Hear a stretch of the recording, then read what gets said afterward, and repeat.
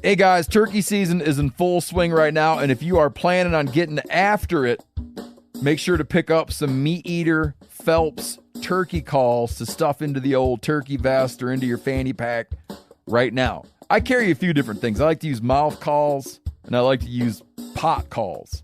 Mouth calls or diaphragms, I like them because it gives you hand-free calling, meaning when you're working a bird up close, you can have your gun on your knee, finger on the trigger, ready to roll, and still be making turkey sounds.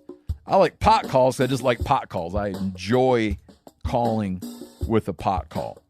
Whatever direction you go, including a box call, which I don't personally use too much, but they're fun and great, and I started out with them. Yanni, on the other hand, one of my main turkey hunting buddies, he loves box calls. And what's funny is I'll now and then look to him and give him the look that means get out your box call and find us a turkey. So it's not that I don't like him. I just have Yanni use his. Then I don't have to carry it. Go to Phelps Game Calls. Get calls that are made in the USA and get calls that'll get them close. Find yours at phelpsgamecalls.com today. Welcome to the Wired to Hunt podcast, home of the modern whitetail hunter. And now, your host, Mark Kenyon. Welcome to the Wired to Hunt podcast. I'm your host, Mark Kenyon, and today in the show, we are discussing 10 books that all aspiring conservationists should read. And joining me is Ed Roberson of the Mountain Prairie Podcast.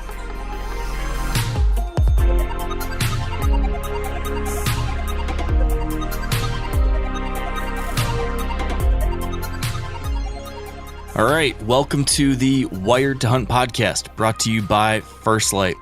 We're here for what I think is going to be our last episode of Conservation Month, and I wanted to wrap this one up with a little bit of,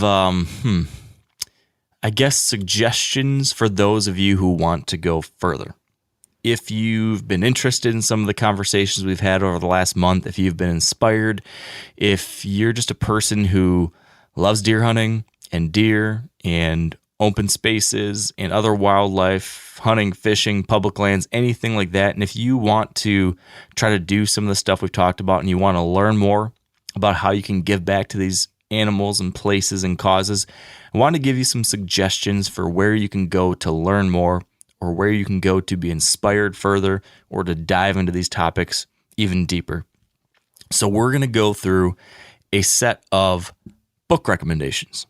This is going to be our little Wired to Hunt book club set of reading resources for those who want to dig into this even more. And the guy joining me is Ed Roberson. He's the host of the Mountain Prairie Podcast, a really, really, really good podcast that I listen to personally, exploring all sorts of issues related to the American West and conservation issues of all kinds.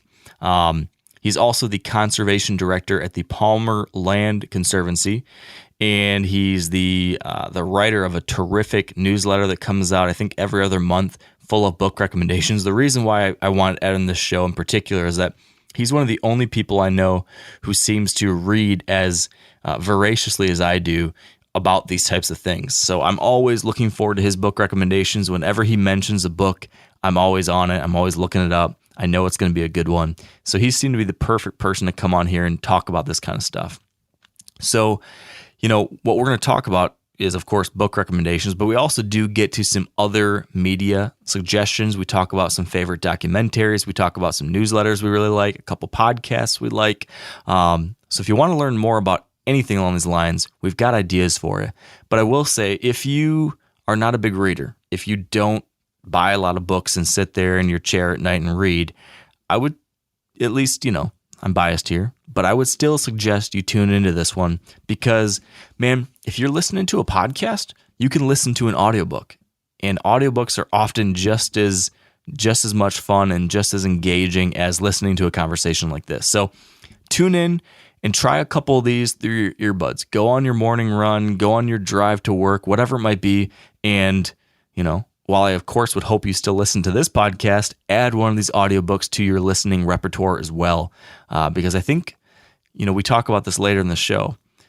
A book allows you to go deeper into a subject. You can engage it in a just totally different way than you ever could with a podcast conversation like this. We're only ever able to go surface level with these kinds of conversations.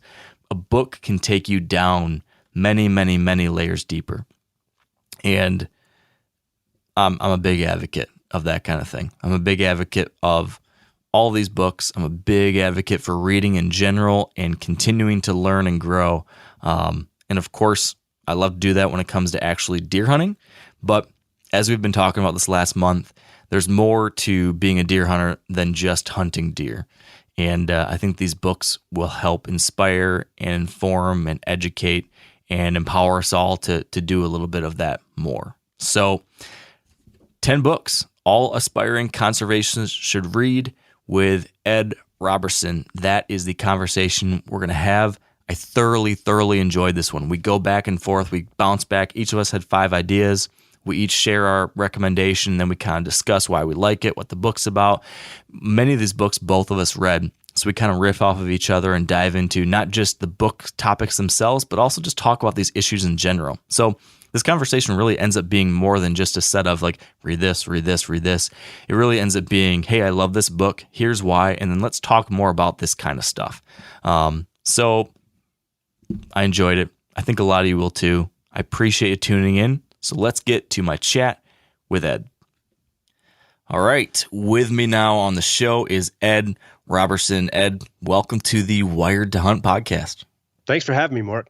I'm really excited for this one, Ed. This is this is like an intersection of 2 different circles on a Venn diagram that maybe wouldn't be as obvious to some folks, but to me, it's a perfect fit.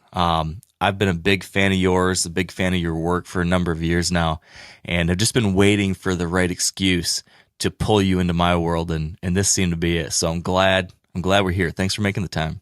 Oh yeah, man. Well, same, right back at you. I've been a huge fan of everything you're doing, and I think it's, you said there are 2 Venn diagrams, but I think it could possibly be like 10 or 15 different circles.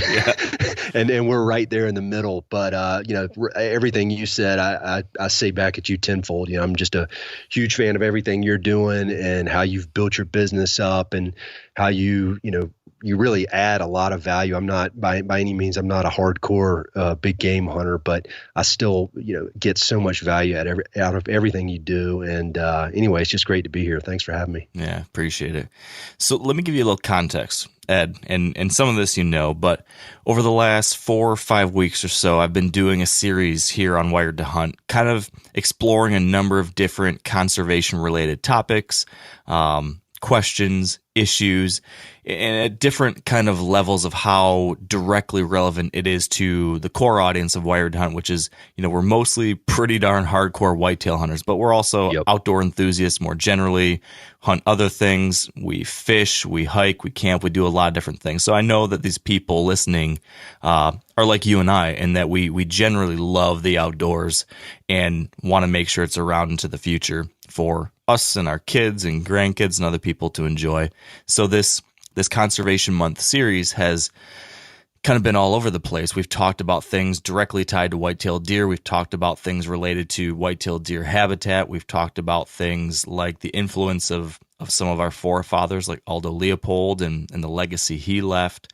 But one of the topics we really focused on last week was, what does conservation look like in a regular life? Like we talk about this idea of like being a conservationist, but what does that mean, on a day-to-day basis? Yeah. So I wanted to talk to you, Ed, because of 2 things. Number one, from the outside looking in, it sure seems like you are a person who's taken this love of the outdoors and this desire to give back in some way. You have seemed to have found some really great ways to put that into day-to-day practice in your own life. But then you've also been someone who seems to be fascinated and curious and interested with the whole suite of ideas and philosophies and adventures that all are related to these topics, and like me, read about those things a ton and engage with a lot of media. So my mission here today, Ed, is twofold. Number one, I want to get a little bit of insight into how you got to where you are and why you went to where you are. And then the bigger discussion will be kind of having a two-person book club here, if you're willing, and talk through a number of different book ideas and maybe some other things too, podcasts or films or anything like that, that folks can take a look at if they want to go further in this kind of exploration. If folks want to learn more about conservation or different ideas or different people or different, I don't know, the history or the future of any of these issues, I want to give folks a bunch of options, a menu of what they could turn to next to keep dive into this stuff. And with your podcast, Mountain Prairie, and your book recommendations that you send out in your newsletter and everything you do, I know that you are similar to me, very well read on a lot of these things. So I thought you'd be the perfect guy to talk about this stuff. Are you game for that? Oh yeah, man. I just, again, I appreciate you having me on. And I was getting ready to say, well, that's actually a character I play as the conservation guy, and I work for Exxon, but just it'd be a hell of an acting job. It's been quite a cool story. I mean, as far as how I ended up in this conservation world, but I think you and I are very similar in that we're, both curious. It could possibly be curious to a fault. Just trying to absorb all this information across a wide spectrum of any different kind of media we can find. And so I think we will have a lot to talk about. And I think if anything, the challenge is going to be to keep it within 10 hours. Yeah. Well, give me a little bit of that backstory, Ed. How did you get to this point where so much of your life does revolve around conservation related issues? What was kind of the impetus for that, and how did it go from maybe an inkling of an idea to a vocation and career? Yeah, well, I mean, to go way back, people can tell by this accent, I'm not from the West originally. I grew up in Eastern North Carolina, and I always loved the outdoors. I spent the vast majority of my childhood hanging out in this ditch in my neighborhood, chasing frogs and catching, trying to fish and doing all this just outdoor type stuff. And I think I went to college in North Carolina, and I always wanted to go out west and move out west, but I think at age 21, 22, I took myself too seriously just to go out and be a ski bum like I think I probably should have been. And so when I got out of college, you and I share a similar background in the early days of our careers, and I decided, all right, it's time to be a grown up. I'm going to go get a job at Merrill Lynch, and I'm going to wear a suit every day, and I'm going to be a serious grown up. And biggest mistake of our lives, Ed. I know, man. I mean, it's funny how we do that, and you're trying to be responsible and trying to follow this well-worn path. And I think, for some people it works, and some people they love it, but for me, it just didn't click, and I couldn't quite figure it out because I'm like, well, I'm doing what I feel like I'm supposed to do, but this is very boring, and I don't really feel fulfilled doing it. And I eventually got into the commercial real estate business, which is really more the same in North Carolina, wearing a suit, trying to sell warehouses and office buildings and things like that. And I just had this urge. I'm like, I really want to move out west. I want to move out west. And I didn't even really know what that meant. I mean, I'd had a few trips. Like my dad and I rafted the Grand Canyon when I was in high school, and I went on a backpacking camping trip in Colorado. But I just had this urge to be moving west. And so eventually, I just made up my mind. All right, I'm going to move to Jackson Hole, and I don't really care if I have to wait tables or do whatever. I really want to live out there. But it was during the real estate boom, around 2004, 2005, and I found out about this job selling ranches called a ranch broker. And I was like, what? Like, that's a real job? You get to broker the sale of these big ranches, like the kind of things like Ted Turner buys. And so I just kept hassling different companies and sending my resume out. And finally, one of them was like, hey, we're interested in talking with you. And so I flew out to Jackson Hole, had a meeting with them, and they ended up hiring me. So I moved to Jackson Hole.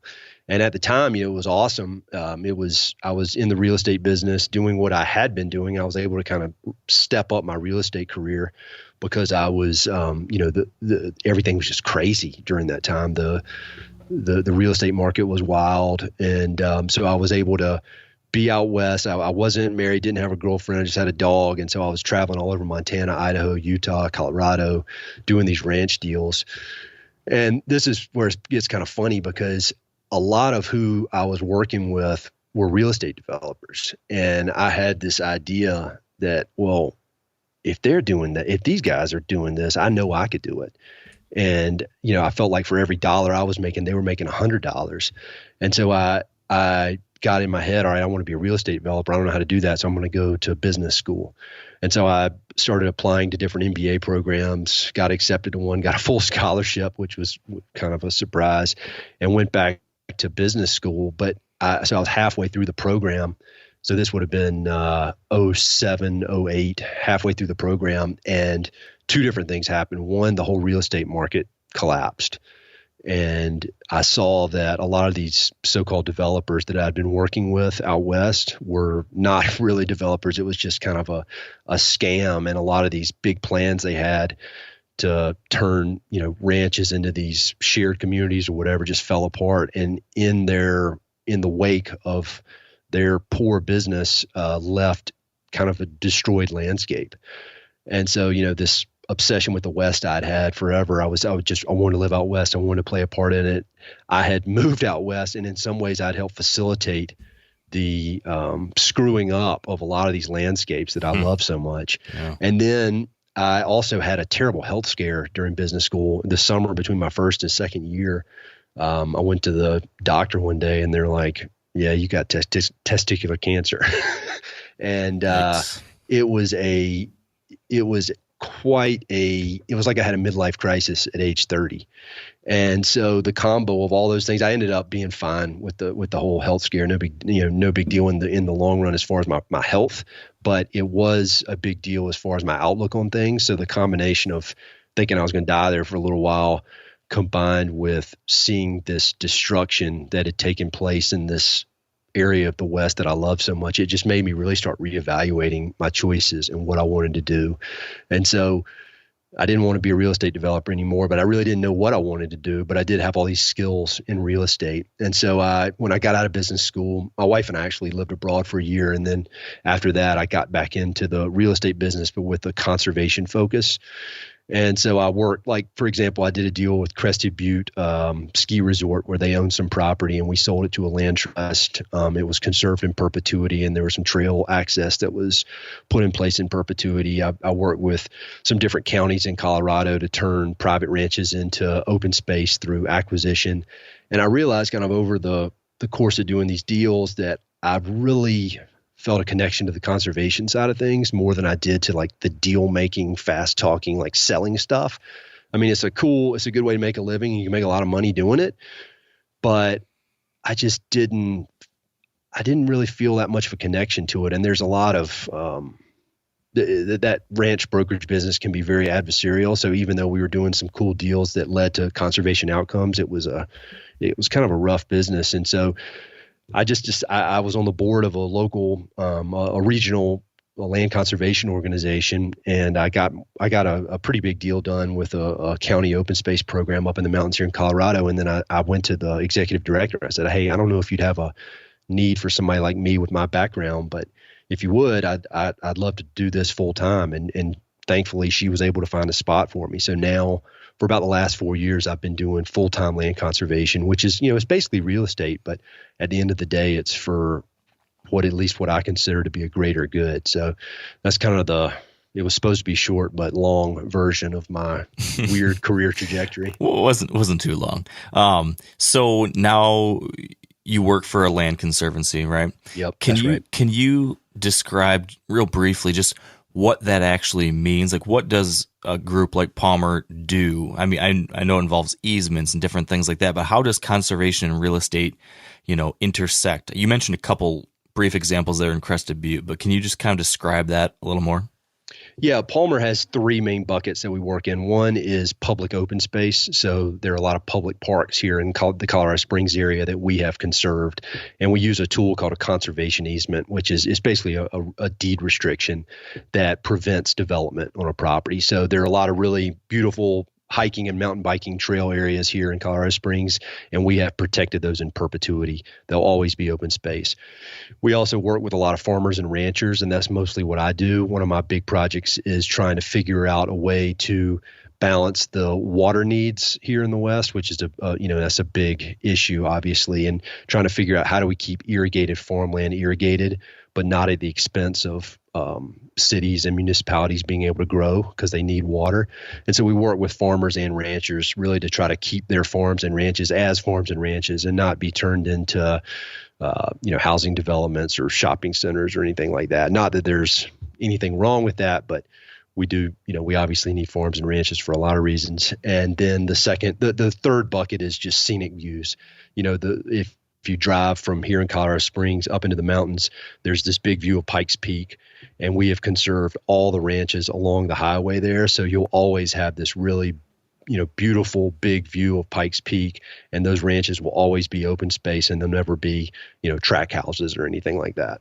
Man, it's such important work these days, that kind of thing all across the West with, just so many more people wanting to live these places and so many ranchers or farmers aging out and trying to figure out what to do with their land once they don't want to work it anymore, and kids not wanting to carry on the family work. And, I'm sure you deal with this all the time, but just locally around like the places that I've spent the last decade when I go out west in Idaho and Wyoming and stuff, just seeing more and more houses and developments popping up. It's scary. Thinking about what it might look like in 10 or 20 or 30 years if there aren't more things done like what you're describing. So, oh yeah, it really is. And I think as more people want to move out here, and I'm one of them, North Carolina, and I moved out here. And but as the property values increase, as these, as the generations, as the properties move through generations, when somebody dies, it's a big deal for some of these farmers and ranchers to be able to pay the estate taxes as the real estate value increases. And so that's where these conservation easements, they're a tool that can generate some income and can reduce the property value so that that's not as much of an issue, because some of these farmers and ranchers, they don't have any choice other than to start selling off their land because the value is so high now. So it's it's a challenge, and it's tough, but it's fun to be working on, and it's fun to spend, I'm 44, so I've been working for quite a long time now, and to be able to, kind of apply all these skills I've learned over the years to something that matters to me. And I think matters to a lot of people. I think it's a real honor to be able to do that. Yeah, I bet. So how about this other half of your life though? You host the Mountain Prairie Podcast, and you do this. You've got this terrific reading list that you send out every month with book recommendations, and it seems like you've filled up any other gaps in your life with, learning more about conservation and wild places and these things you care about, and discussing these ideas with other people that also care about them. Do you think there's as a person who wants to, let's just say as an individual who says, what, I care about these places, whether it's, an open farm in Michigan or the national forest in Colorado, I care about wild places, I care about wild animals, I want to do something, I want to be some kind of positive, I want to have some kind of positive difference. So let's just say that is a feeling that one of us has. Mm-hmm. Is there actual value, like intrinsic value, or is it in some way a good thing to read about this kind of stuff, learn about this kind of stuff, dive into a library of books related to conservation, or listen to podcasts like yours who talk with folks who do this kind of stuff? Is that valuable to the cause, or is this just entertainment? How do you look at like all the hours you spend at night probably sitting in your chair or your bed reading these books and learning about this stuff? Is that just entertainment for you, or do you think that actually serves a greater good in some kind of way? Yeah, I've always said that and one of the books actually that I was going to recommend is by a guy named David Gessner, and he talks about how in order to want to protect something, you have to love it, and in order to buy into some cause and to make it be rise to the top of your priority list, you need to love it. And so I feel like whether it's going out for a hike or a run, or going on a hunting trip, or spending time outside with my girls, or reading these books, I read a wide variety of books, but when it comes to the West and conservation, like, yeah, it's entertainment. Yeah, I enjoy it. But if anything, it just kind of fuels this love of the place and of open space and of wild places that causes me to want to devote more and more time to it. And so, when I was working at Merrill Lynch, I was reading all these books about the West, whether it's like, adventures of mountain climbers or people on these river trips, or they, dreaming about fishing on Flat Creek and Jackson Hole, whatever. And that tough place, just that kind of obsession is eventually led me to where I am, which is where I'm doing it full time. And I don't think if anybody wants to make a difference, whether that's, devoting their career to it or even just donating $50 to a local land trust, no matter what, you gotta be kind of obsessed with it or buy into it. And it's gotta be important to you. So I can't speak for anybody other than myself, but for me, this endless reading and just curiosity about all this stuff, that is, yes, entertainment because I enjoy it, but it just fuels the work. I mean, I think all the stuff you do with the Back 40 and your podcast and everything on Meat Eater, like that is fueling people who are sitting at home and maybe they're in, a job that they need to pay the bills, but it's not necessarily the best thing in the world. But I would guarantee that there have been a lot of people who have sent their money to like backcountry hunters and anglers because of watching you and your colleagues at Meat Eater. Yeah. And so I think it's kind of both, really. It's both entertainment and fuel to make you to make you fall in love with something, make you care about something, so you'll devote your resources towards it, if that makes sense. Yeah, it does. I think it falls very much in line with my view, I guess, too. I feel like if I were to sit, and I have this debate myself often, not terribly often, but every once in a while we'll watch a couple episodes of some comedy series or something, and I get done with it and I kind of feel like I just ate junk food. Like I just ate a meal at McDonald's. Yep. But if I were to sit down and read a book or something, I always, even if it's mostly for entertainment, I always feel like I did something more valuable. Like I ate my vegetables. Mm-hmm. And particularly if it's a book about wild places or conservation or history of these things or something like that, it like fills up. You said it kind of fuels you. I feel like it fills my reservoir. It like fills my gas tank, both with, sometimes it's just actual tactical knowledge. Like, how do you make a difference? Like, how do I do something that's going to keep this chunk of land wild? Or sometimes it's teaching me how to keep hope, or how to get pissed off, or it inspires me, or it shows me that, oh wow, these people did this 100 years ago. You can do it too, or your generation can do it too. Or sometimes it changes my mind on things and makes me look at stuff in a different way. Sometimes it further solidifies my passion for something. Sometimes it points me in a brand new direction that I need to learn a whole bunch more about so that I can start working on the right things. I just feel like, and I'm obviously biased, but I do feel like if I want to say that I care about these things and want to do something about it, I have to constantly be engaging with it and learning about it to make sure that my tank's full and that my compass is pointing in the right direction. I think that, and then also still like have that you talked about, have that like love and passion for it. And this is a way to engage that thing too. So I think that's why I keep on buying these things and staying up late at night reading them. No, I agree. And I also think, in school, and I've had the fortune of having this fabulous education, probably too much education. But the reality is, in school, like when you're learning history, you're reading these, quote, history books, and it's just this like laundry list of one thing after another. But what I found I realized it probably midway through college when and I've kind of gone crazy with it as an adult. But there are all these books out there that are really, really, really fun to read. It's not like just boring history, and because I didn't really like history when I was in school, in high school or college. But when you can have access to books, and I mean, I think yours is a perfect example of a book that's kind of like a personal journey, some adventure, but by reading this book about this guy who's out exploring all this public land, you kind of sneak in all this very specific knowledge about the history of public lands and issues facing public lands.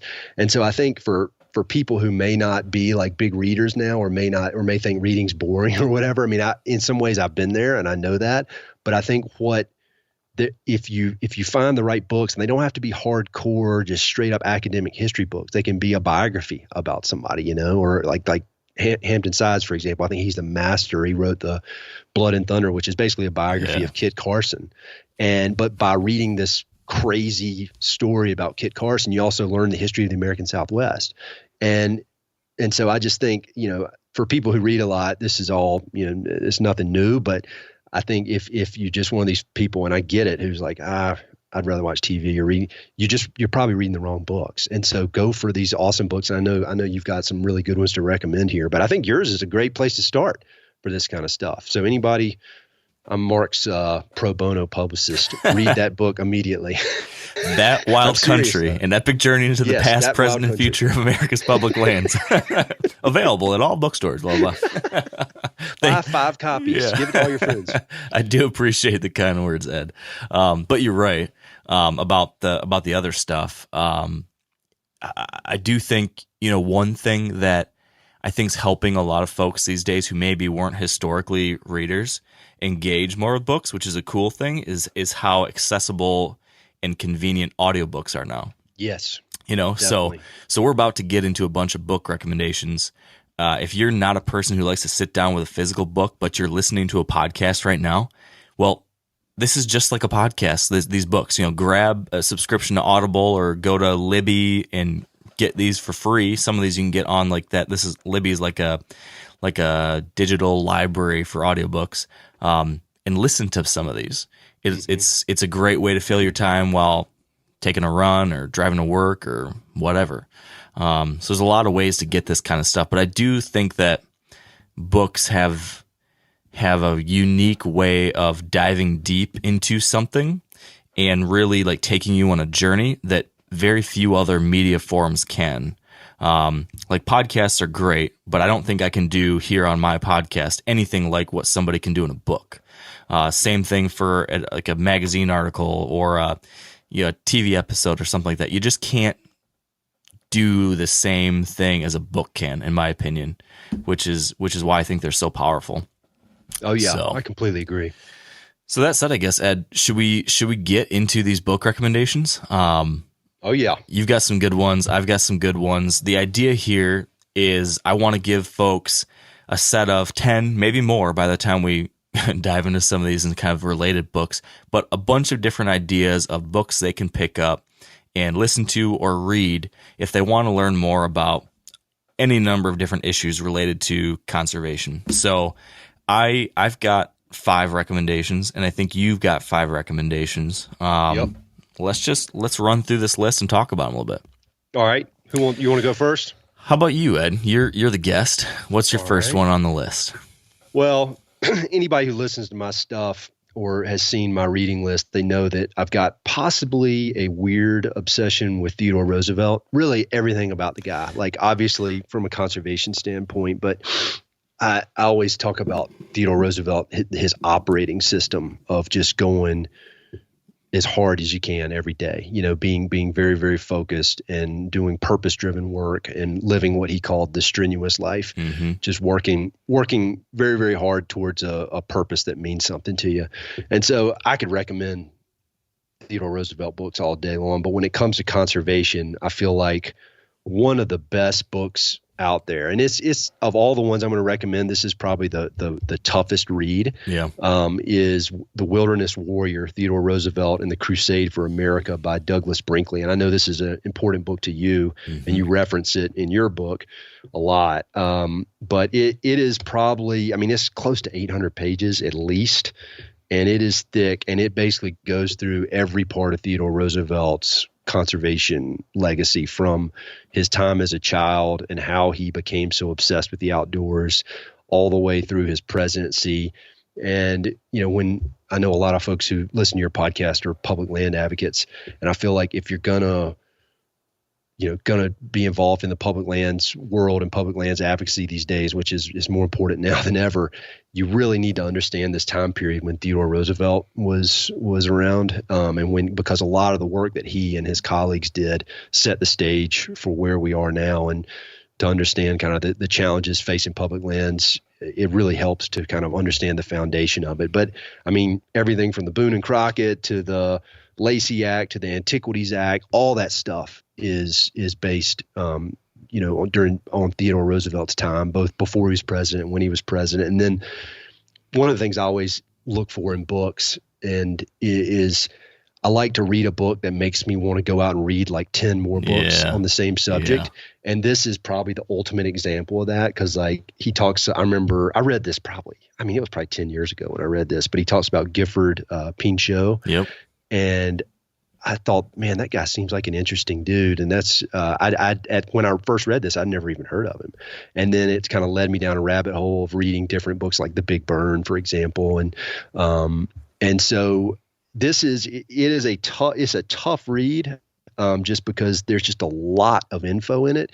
But it's not like you need to read every single word and absorb every single word. But I think if you can just kind of crank through it, it will expose it. At least it exposed me to all these new ideas and new people, and kind of during this very formative time of conservation in the United States. And so it's a wonderful book. I'd love to hear your thoughts on it, since you used it when writing an actual book. Yeah, no, I 100% agree with you. Basically, everything you just said is exactly what I think about it.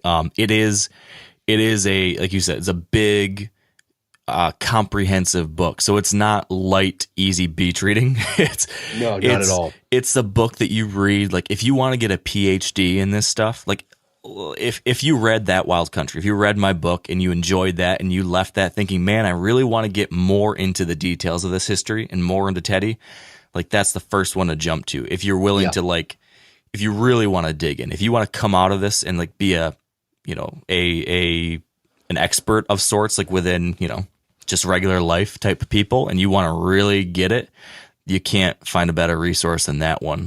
But what's particularly interesting about this for hunters is that it's not just, a heady history of politics and conservation. There's also some fun stuff in there about Roosevelt's early years as a hunter and rancher and cowboy and all that kind of stuff. So you get a little bit of that adventure side of things. And really, I mean, the dude's fascinating, and his impact is so far ranging. It wasn't like he was just making a big difference when he was president, which is what he gets a lot of the rightfully so, the publicity today for what he did as president, but also as the governor of New York, also as one of the co-founders of the Boone and Crockett Club, also as, just what he was doing in those early years. I mean, he really had his fingerprints on things for a very, very long period of time that, as hunters or anglers or hikers or anything today, if you do something outside, you're enjoying something that Roosevelt had his thumbprint on. Oh yeah, definitely. And I think, if somebody wants to, I get all these questions because I'm so obsessed with TR publicly, and people are like, well, what's the one book I should read? Like, if you want to read one book on him, my favorite book ever is called The Rise of Theodore Roosevelt by Edmund Morris. But there's another one called The River of Doubt that just focuses on his expedition he did in Brazil after he was president. And those are good entry points just to the man. But if you want to go deep, I don't know of a better book than this one. Yeah. Now I'll give like a complimentary recommendation off this one. It's not on my list, but if you are willing to dive deep into that one and you're interested in that, Brinkley wrote another book that kind of acts as a sequel to this one, and it's called Rightful Heritage? Rightful Heritage. And that book is just like this Theodore Roosevelt book, but it's with Franklin Delano Roosevelt. So it's about his cousin, and it covers the same type of things. It covers basically the conservation history of this time period from basically where Theodore Roosevelt leaves off all the way till the end of Franklin Roosevelt's life, and really extending a little past that, even talking through everything from what went on during the Dust Bowl and the Depression, and the Civilian Conservation Corps, all sorts of things related to actually Aldo Leopold's involvement in some programs in the 30s and 40s. I mean, there was that family, the Roosevelt family, between the two of them, they really had an enormous influence on public lands and conservation and early environmental protections here in America. So if you really want to dive deep, that would be the next one to kind of get you down the road a few more decades. Both of those were super helpful as I was exploring the history of these things. And I read somewhere that Brinkley was actually working on another one, which covers like the 60s and 70s. Mm-hmm. But I haven't seen news of that in years. So I don't know if that one fell off his radar or if it got lost with other projects he's working on, but he's a great writer and historian. I hope that one comes out because I've really enjoyed his stuff. If you like to get deep into it, he does it about as good as anyone. Oh yeah, he's great. When I see books like this, I wonder just from a very practical standpoint how they go about writing something like that, because it's just an amazing piece of work and there's so much info. I don't even like him or Doris Kearns Goodwin, people like that. Mm-hmm. It's really amazing that they're able to compile that much info in a readable form. Yeah. So yeah, those are great. No easy task. Great recommendation there. I second it.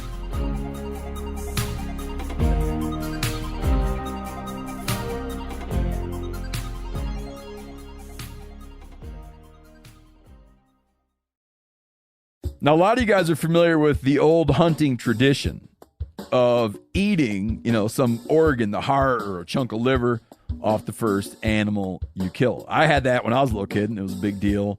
Organ meats were always prized by frontier people who knew the importance of getting a lot of different minerals and nutrients. And as often is the case, those guys were onto something, because organs are among the most nutrient-rich foods on the planet. And you can get the same benefits your ancestors craved via convenient daily capsules from Heart and Soil, made exclusively from regeneratively raised, grass-fed, and finished cattle. Heart and Soil's unique freeze-drying process means all those important nutrients are trapped in, ensuring you experience every one of the benefits of nature's superfood in a clean, convenient, taste-free capsule. Find out more at heartandsoil.co and make sure to use code MeatEater for 10% off your purchase. That's heartandsoil.co. Use the code MeatEater. Hey guys, turkey season is in full swing right now, and if you are planning on getting after it, make sure to pick up some MeatEater Phelps turkey calls to stuff into the old turkey vest or into your fanny pack right now. I carry a few different things. I like to use mouth calls, and I like to use pot calls. Mouth calls or diaphragms, I like them because it gives you hand-free calling, meaning when you're working a bird up close, you can have your gun on your knee, finger on the trigger, ready to roll, and still be making turkey sounds. I like pot calls because I just like pot calls. I enjoy calling with a pot call. Whatever direction you go, including a box call, which I don't personally use too much, but they're fun and great, and I started out with them.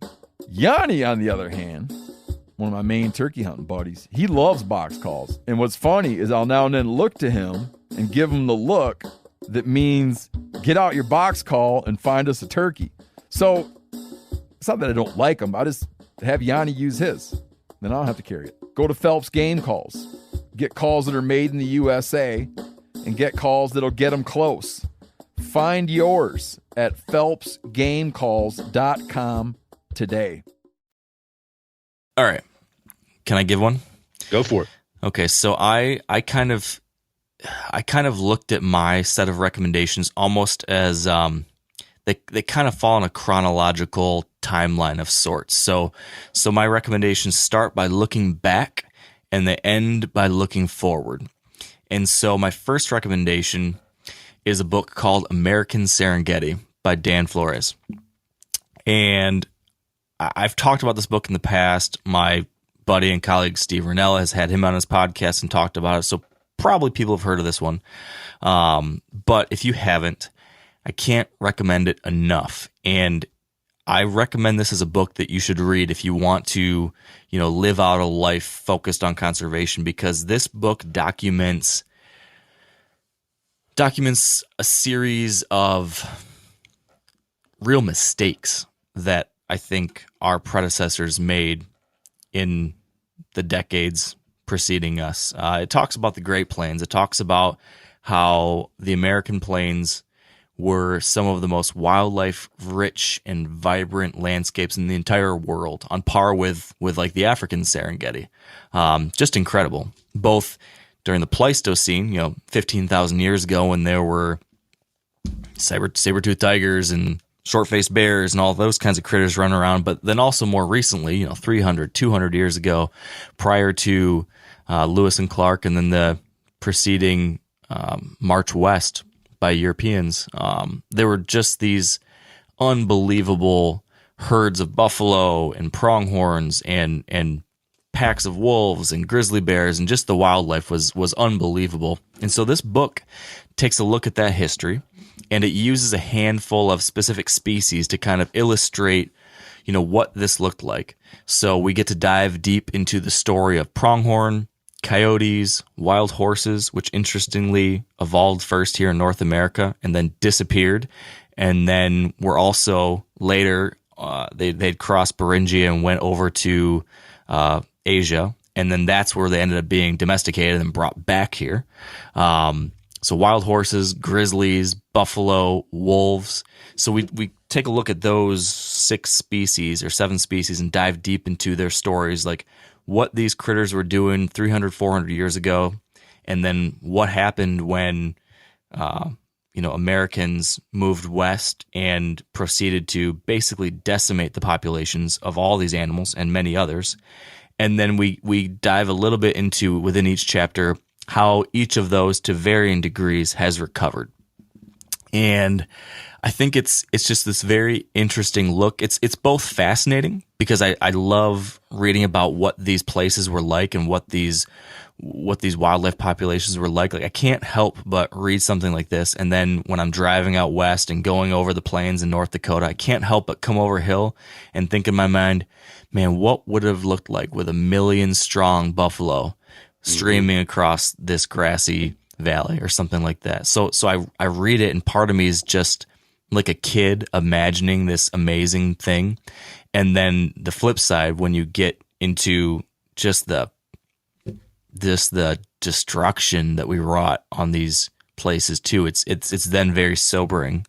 So I think it's useful to remind us what's possible, both the good and the bad, right? It's possible. Like, this is what this landscape could support, and then this is what the worst inclinations, the dark side of kind of human nature, can also lead to: overexploitation, right? So many stories of overexploitation, and then again the good, which is, to different degrees, we kind of righted the ship. We figured out, whoa, we can't just take, kill. We have to moderate, we have to protect and conserve. And because of that, we do have great populations of pronghorn, and we have recovered grizzly bears to a degree, and wolves to a degree, and buffalo to a smaller degree. And so it's both sobering and inspiring to me when I read this book. And it's one of those books where it's talking about history and kind of biology and conservation history and all those kinds of things, which could be kind of deep text, kind of text-heavy, tough reading. But this is actually a very easy reading book. Dan does a great job of really telling these stories in a way that kind of pulls you into the landscape and makes it not as easy reading as like a fiction book, but one of the easier reading books where you're going to learn a lot about history and about wildlife. It's just a fun and interesting book that I think really can inform what got us to this point. I don't know. Have you read that one? Yeah, I have, and I love it. I mean, I think that book, and then his other book, Coyote America, I actually had Dan on my podcast a long time ago. I didn't even know him. I've gotten to know him since, but I've kind of cold reached out. And I remember my mom listened to that episode. We were talking about coyotes, and we talked a bit about like wild horses and that kind of thing. My mom said something like, I don't care one single bit about coyotes. I've never thought anything about coyotes, but I couldn't stop listening to him talk about it because it was so interesting. And I think he writes just as he speaks. And I think you don't have to have a connection with any of those animals to just be drawn in and completely fascinated by the stories of the animals and then the stories of human interaction.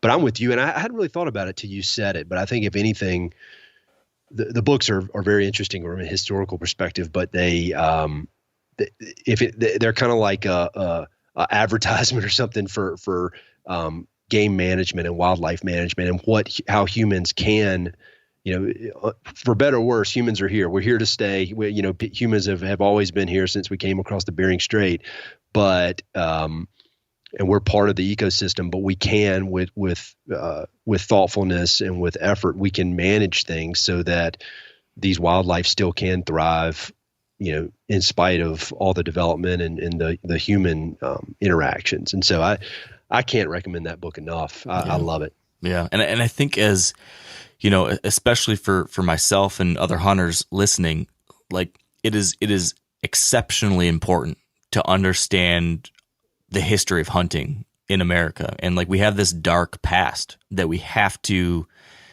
recognize, we have to acknowledge, and we have to think and keep that in mind as we look at what we do today and making sure that we don't ever fall prey to the same I don't want to say instincts, but the same temptations, I think, that drove a lot of what happened in the 1800s can still pop into day-to-day life today. It wasn't like, not all, but many of these folks that were part of this back in the 1830s, 40s, 60s, 70s, whatever, it wasn't like they were, malevolent. It wasn't like they were going out there trying to extirpate species. It wasn't like they were going out there thinking that they were destroying buffalo populations. A lot of these folks were out there just trying to get theirs. They were just like, I just want to go out there, have a good time, or I just want to go out there and feed my family, or I'm just going to go out there and try to pay the bills, right? They were all just doing their thing, which is kind of what most of us are still doing today. We're all just trying to go out and have a good time or get ours or fill our freezer today. But none of these folks were able to zoom out enough to see what was going on at the next level up, the bigger picture implications of millions of people all trying to do that. And so today we're fortunate that there are, like you said, there's game management practice at the state level and nationally there's different things. And we have restrictions and regulations, and we have a North American model of conservation that has helped inform how we can do this, but it also has to play out on the individual level. So I think, having that historical foundation is just this little thing that's in the back of our minds, I think is a useful and an important kind of insight to have as a modern day hunter. And I think this book does a good job of providing that in a way that's still enjoyable to read. So it's right up there at the top of my list. Yeah, I keep that book like on my desk. I have a bunch of them stacked up in front of my computer when I'm working, and it's one that I keep set up and I look at it all the time just because it's a very important book, and it's just it was very eye-opening to me. I mean, I learned stuff that now it's second nature, and it's just important facts that I consider just kind of standard facts. But when I read it, I had no idea about it, like about horses, how they disappeared and then came back. I mean, it's so interesting. Highly, highly recommend. Yeah, I'm going to throw 2 bonus kind of supplementary recommendations on that one. If anyone's read that book already and enjoyed it, or if you read it and then you're like, I still want more on this, you got to read American Buffalo by my pal Steve Rinella. Amazing book, really fun read. You learn specifically about the history of buffalo, and you go on this great adventure with him. It's one of my favorite books of all time. That's a great one. And then another one called The Last Stand by Michael Punke. I can't remember how you say his last name, but that is about the history of buffalo as well, but with a more specific focus on the impact that George Bird Grinnell had, who's another one of those guys who sits on the conservation kind of Mount Rushmore there with Theodore Roosevelt and Gifford Pinchot. George Bird Grinnell was one of the first editors of Field and Stream, did a ton. And so you get to learn about his story and his conservation impacts. And that's really right within this same family of books. So those are two others that are great. Yeah, I was thinking that exact same thing. I was flipping through it as you were talking and looking at the Buffalo chapter in Steve's book, and I guess Punky, I guess that's how you say it. But I read both of those books. I remember I got them both from the library in Boulder when I used to live there, and again, just eye opening and easy and fun to read. So yeah, we're on the same page there. All right, so what's your next one?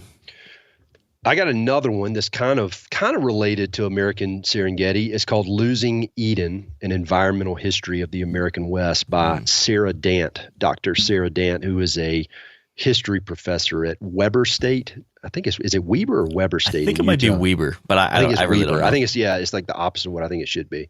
Weber State. And Sarah is married to Dan Flores, and which is small. I mean, that's a power couple if there really ever was one. Yeah, but I met Sarah at a event that I went to a few years back, a conference about the West, and she's super fun and obviously just sharp as a whip. And I got a copy of her book there and I read it, and it's really it's relatively short. I mean, I think it's less than 200 pages, but it's just this broad overview of the history of the American West from kind of an environmental / conservation perspective. So it starts out talking about the natural history, a lot of the same things that are covered in American Serengeti and about Native Americans, before European settlement.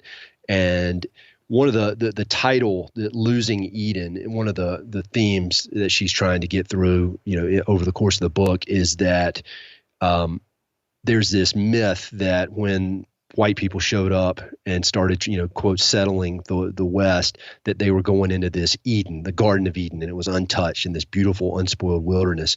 But what she lays out in a lot of different ways is that ever since humans have been in North America, it's never been a straight up Eden. I mean, there have always been hunting grounds, and there's always been different forms of agriculture. And while, obviously it was a lot closer to an Eden 10,000 years ago than it is today, she really is trying to bust this myth of Eden. But over the course of 200 pages, she lays out the Native American, how they hunted and how they made the West a place where they could live, even though the resources and the natural resources were slim, water and all that kind of stuff. And then she talks about there's a big portion of the book where she talks about the Mormons and how they played a really big role in the settlement of the West, and how they introduced a lot of irrigation on large scale, and how they were able to kind of really stretch particularly water resources very thin to allow for a lot of people to thrive in a region where that's pretty harsh region. And then there's one chapter where she talks about the difference between preservation and conservation, conservationist versus preservationist. And Theodore Roosevelt was the kind of the definition of a conservationist, whereas he wanted to use all the natural resources we had in North America in the most effective way possible. So Theodore Roosevelt is not necessarily, hey, let's look at that big forested hillside over there, let's keep it a forested hillside forever. He was more in the mindset of, all right, there's a lot of timber over there that can help fuel the United States, and so let's consider this a renewable resource that we need to take care of. But there's nothing wrong with cutting those trees down and then growing them back. Whereas John Muir was more along the lines of, let's preserve this how it is. Don't touch it. Leave it completely as it is. And she doesn't really take a side one way or the other about which one's right, but really lays out both sides of the argument, which I really appreciated. And then she goes through a lot of the kind of booms and busts that have made up the history of the American West, whether that is the fur trappers in the very, very early days. And this goes to a lot of things you were talking about in American Serengeti. The fur trappers came out and basically eradicated all the beaver, all the different furs. And this has been the history of the West for about as long as white people have been around. We come in, extract resources until they're gone, and then leave. And so you could think about fur, mining, forestry. Now energy is a big part of that. And she just kind of digs into all the different time periods and the different things that have happened as we people have tried to kind of extract value from the landscape of the West. And then as we've kind of learned our lesson and had to balance things out a bit. And then she talks similar to like in your book, she mentions a few of these names of historic people that I'd heard forever, but I'd never really known the details. But one that stuck out in my mind was she talks about Frank Church, and he was a senator. And there's the Frank Church Wilderness, I believe, in Idaho. She talks about him and everything he did as far as the Wilderness Act, the Wild and Scenic Rivers Act. And then she kind of finishes up in modern day with a lot of the clashes between industry and like the Endangered Species Act. And so again, less than 200 pages, but really, really gives you a good framework to go out and read different, dig in a lot deeper. And it's kind of the perfect book, as I mentioned, of giving you this menu of really, really interesting things at kind of a high level, and then you can go dig in as needed. And she has suggested reading or further reading in every single chapter. So she even does that part of the work for you. But really a great book and fits in well with your recommendation. Yeah. I own that book, but I actually have not read it, I hate to admit. But I was gifted it like right after I finished writing mine. Oh, really? And I remember thinking that I was just kind of burnt out on the history of this stuff. I was like, it's probably all the same stuff I already just researched and wrote about. So I never ended up picking it back up again. And it's just sitting at in the bottom corner. And as you're describing this to me, you're making me realize what a mistake I made, because there's a number of things you mentioned in there that are different than stuff I covered, or that dive into different avenues that I wish I had. So I got to pick that up and dive into it. And something you mentioned there that sounds like she led her book with is the history of the Native American perspective and impact that they had on the land, and how they were able to live with the land, and the ways that they worked the land, and this idea that, the myth, I think, that so long has been thought, like you said it, right? You read about Lewis and Clark coming across this untouched wilderness, when actually there had been millions of people living there for thousands of years. Yep. And we just kind of conveniently forget about that. One of the greatest regrets I have with my book is that I didn't talk about that at all. And I think that I just, it wasn't on purpose. It was more so like I didn't know how to handle that. I didn't know how to dive into that appropriately. And because of that, I think it just seemed like a totally other book for someone else. And I thought I could only bite off so much. But in retrospect, I wish I had tried to at least cover it in some kind of way, because I think, unfortunately, it's this big glaring black hole in the beginning of my book that I ignored completely, and I wish I hadn't. So I'm glad that this is something that's being talked about more often, and it sounds like this book is a good place to dig into that a little bit. So I'm definitely going to check that out myself. Yeah, it's definitely worth the read, and it's not a huge time investment. It's not like Wilderness Warrior, where you gotta really clear the calendar to tackle that. I mean, it's and for somebody who specializes in academic writing, it's not at all an academic type book. I mean, I think it could be used as a textbook, but I enjoyed reading it, and I actually had Sarah on the podcast to talk about it, and so she's just very charismatic, very funny, very, very wise when it comes to all these topics. So I highly recommend it. Yeah, I'm gonna put that back at the top of my list. Okay, next one for me. So if my first recommendation was looking way back at some of our historical crimes, I guess, to the natural world here in America, my next book is a little further down that timeline to one of our awakenings, one of our kind of ecological awakenings to how we might do things better. And this book is a book I've talked about a million times in the podcast, and just recently, like 2 or 3 weeks ago, talked about it in the podcast. So I'm not going to spend a lot of time, because people have heard about it plenty of times before, but I couldn't have a podcast called The 10 Books That All Aspiring Conservationists Should Read and not mention A Sand County Almanac by Aldo Leopold. Yep. I look at this as like a foundational text. Like, anyone who wants to do anything related to conservation or the natural world or anything along those lines just like has to read this. It just seems like required reading. It's this text that really, I think, helps. It's kind of a 3-part book of sorts. The first part of the book is just a beautiful series of essays about Leopold's experiences in nature, working this little farm he had in Wisconsin, watching wildlife. It's kind of easy, fun reading. It's great to sit on the porch and kind of, just kind of soak in these great ideas and thoughts and experiences that Aldo's able to put on the page. I do think that through these short, simple essays, he does like illuminate some interesting ideas in like a very powerful way, but it's easy reading. And it's all kind of that Midwestern Wisconsin focused. It kind of walks through month by month these different vignettes across a year on his little sand farm there. So interesting.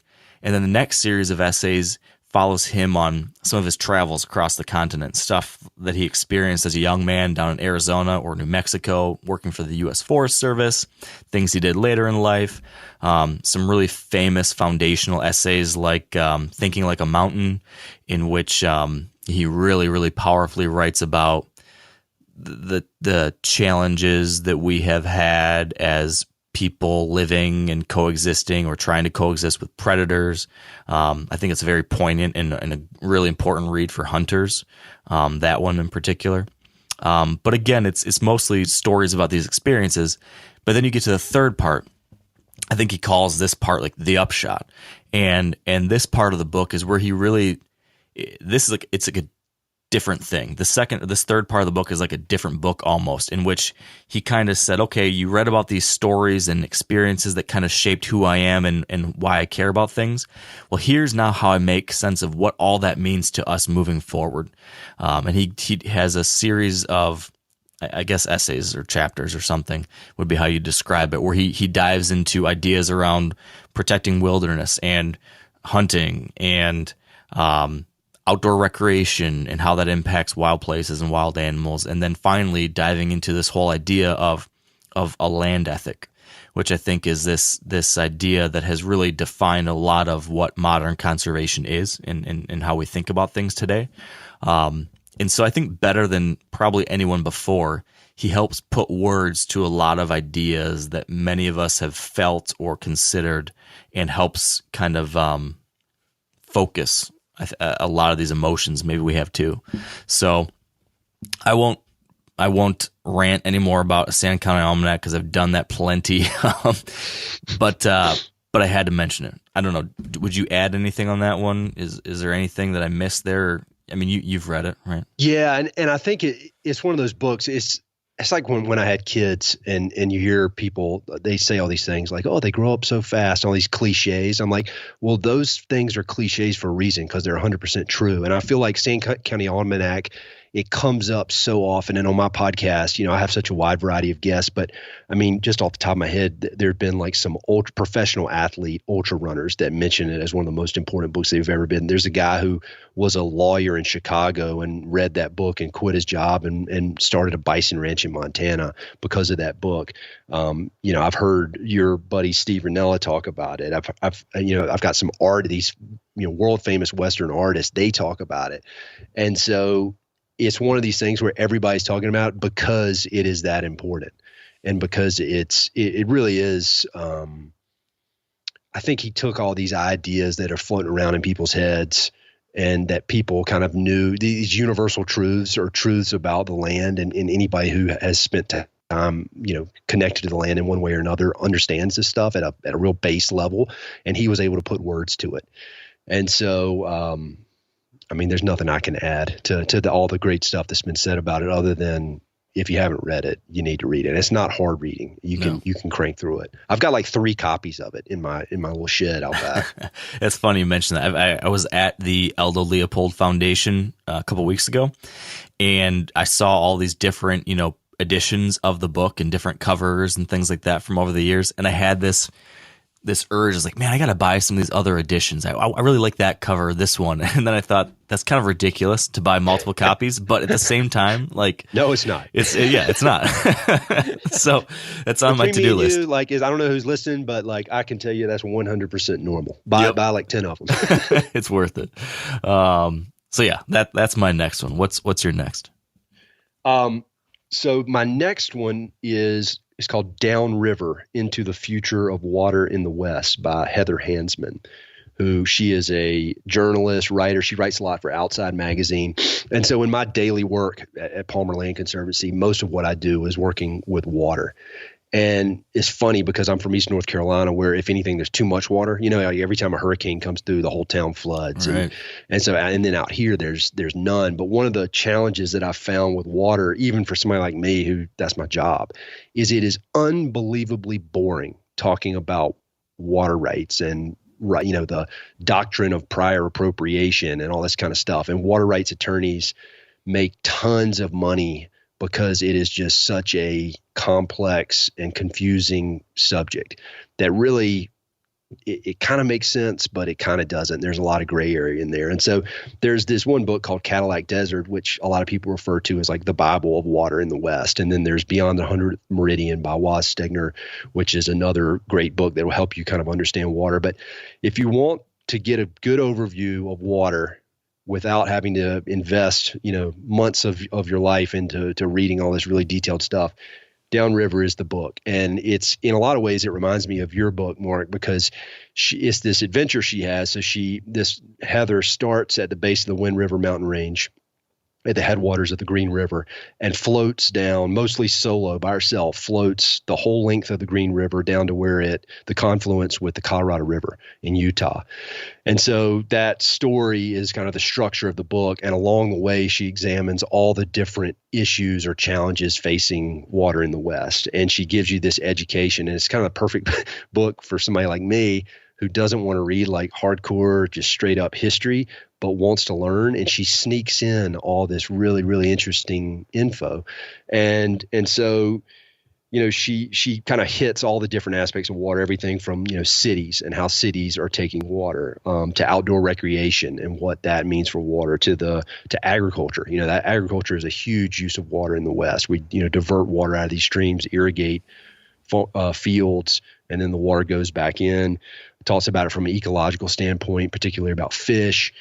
But it's really fun, and she's very funny. And one of the things I thought was cool, unrelated to water in this book, is she talks a lot about how a lot of these books that feature women adventurers are, like one of the women, whoever the protagonist is, the woman who's going on this venture has had some traumatic life experience, and she's kind of like, all right, screw it, I'm gonna go on this crazy adventure. I'm gonna hike the Appalachian Trail or hike the Pacific Crest Trail, whatever.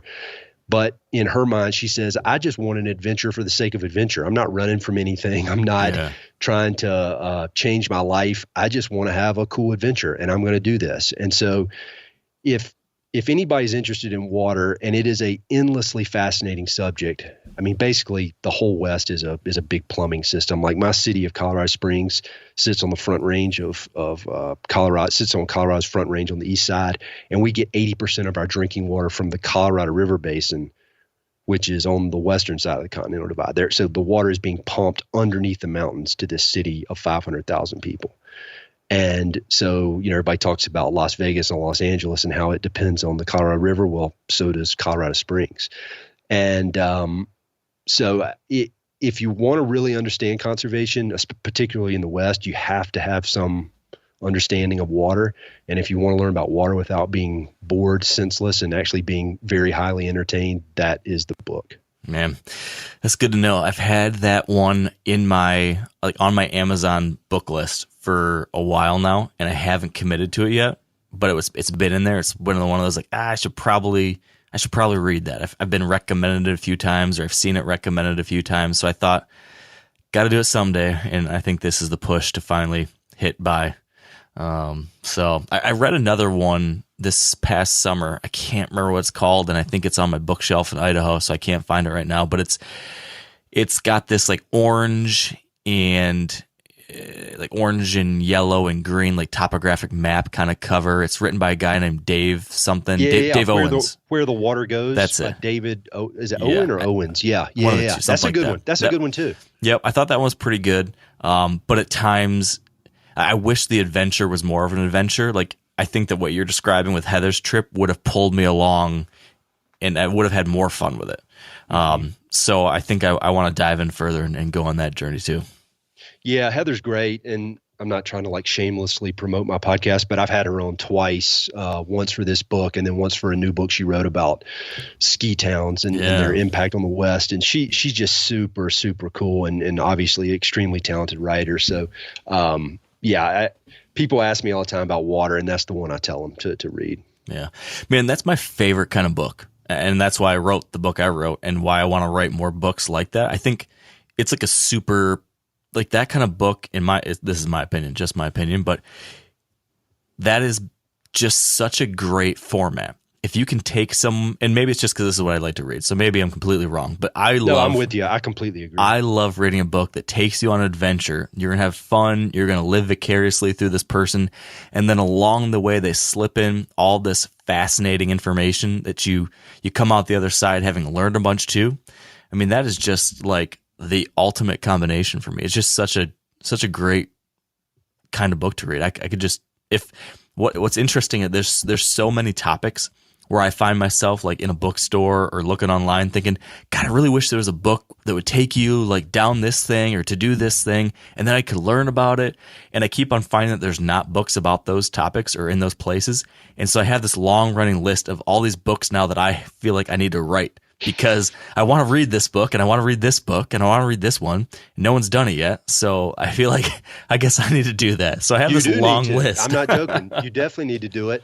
But you mentioned American Buffalo. I think that's kind of a great example of that. You know, this cool hunting adventure in a wild place. And then when you get done with it, you're like, wow, now I have all these facts and figures about buffalo that I never knew before. I mean, I think for me, I think we're wired pretty similarly when it comes to our reading taste, but like there's nothing better than that. And so I think with anything, whether it's a business or a podcast or writing, like, you want to be scratching your own itch, you know? And so like, if that's what you want to read, there's, you know, hundreds of thousands of other people out there who would want to read it as well. So yeah, as I've told you, you need to just keep writing. It's on the to-do list. It's definitely on the to-do list. Okay. So I've got another recommendation that kind of falls in line with that, in that it's kind of one of these books where you go on a series of trips and you don't even realize that you're really learning a ton along the way. And this is like the most sneaky of those types of books. It's called Encounters with the Arch Druid. I don't know, is it Arch Druid or Arch Druid? Arch Druid. By John McPhee. Have you read this one, Ed? Yeah, I read it and it was like, it blew my mind. I read it probably 12 years ago, something like that. Blew my mind. I was so glad to see that you were going to recommend it. Yes, this book is phenomenal. So John McPhee is one of he's an absolute icon of nonfiction writing in America. I mean, he's pretty well recognized as one of the very, very, very best to have ever done it. He's a frequent contributor to the New Yorker and written a ton of books, and every one of them is just like beloved. And he just has this wonderful way of examining seemingly very, very random topics and making them interesting and making them both worth reading and learning about. I mean, he's written about oranges. He's written about shad, I think. He's written about, just bizarre things. But just like one tennis match. Yeah. He wrote a whole book about a single tennis match. Yeah. And then you read it and you're like, wow, it's incredible. So this book, though, is this book he wrote that really does an interesting job of examining the conservation and environmental movement, and I think a series of philosophies. And he examines this larger topic by zooming in on one person and a series of experiences this person had, a very influential person in the 60s and 70s and really before that even. And so this book, the author John McPhee goes on a series of trips with a guy named David Brower, who was a very famous and influential environmentalist, conservationist. He headed up the Sierra Club at one point, Friends of the Earth at one point, maybe Earth First. I should have had this written down, but was one of the main voices for a lot of these important environmental issues back in the 60s and 70s. He was one of those major faces of the movement back then, sometimes controversially. He took things pretty far in some instances, but he did plenty of good.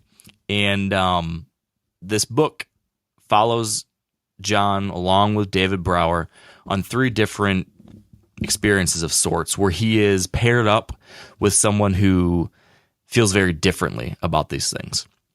And so what you end up getting is this very interesting examination of the push and pull between the conservation of natural resources and wild places versus the use of them. And so I think it's a really helpful thing for anyone to do who cares about these things, who wants to be an advocate, because I think we need to understand and look at these things from all points of view. And I think you do yourself a disservice if you go into any kind of conservation issue and only look at it from your point of view. If I were to think about, okay, the Boundary Waters are an incredibly special place. I loved hunting there. I loved canoeing there. And damn it, I'm going to do anything to keep them as they are. Mm-hmm. I think that's something a lot of us can relate to, but I think it is useful if we want to fight for those places to also be thinking about, what do the folks that work at mines think about? What do the people who depend on those jobs think about? What's their point of view in this? I think it's oftentimes better not to just demonize folks on the other side, but try to understand them, because that might help us get to a better place. And this book, in a very sneaky way, does that. In no way in this book does John McPhee really take a stance on anything or advocate for anything or push anything on you. Instead, you are just like a fly on the wall as you follow this character, David Brower, on these trips with these kind of confrontational people, or people that he has confrontations with of different sorts. And they kind of go back and forth on all these different things. And somehow you come out the other side of this book, really in a different place. So the first part of the book follows Brower on a trip into a newly designated wilderness area in Washington with a geologist and mining engineer. I think the guy's name was Charles Park or something like that. Yeah. And so they're on this trip, they're hiking and backpacking through this wilderness area, while also you're learning about Brower's history, you're learning about some of these early stories of the environmental movement, and then you're hearing Brower and then this mining engineer debating whether or not there should be a new mine put into this wilderness area. There was a mine that was being proposed there. They were working on starting to survey it and do all this stuff. And so you're kind of getting this back and forth push and pull between these two guys who have very different views on what should happen here.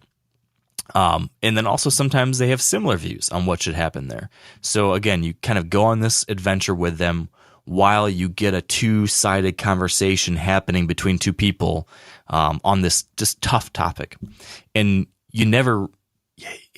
McPhee is just a master at doing this in a way that you don't realize is happening. It's just like you're like a parrot on the shoulder on this adventure, and it all seems so natural through dialogue and back and forth between these guys. I wish I could somehow do what he does, because really he does it better than anybody else. But the first part of the book is this backpacking trip into the wilderness. The second part of the book follows Brower out to Hilton Head Island in South Carolina, where he tours what's going on here in the island. This is back in, I don't remember, 70s or 80s or something like that, with a developer.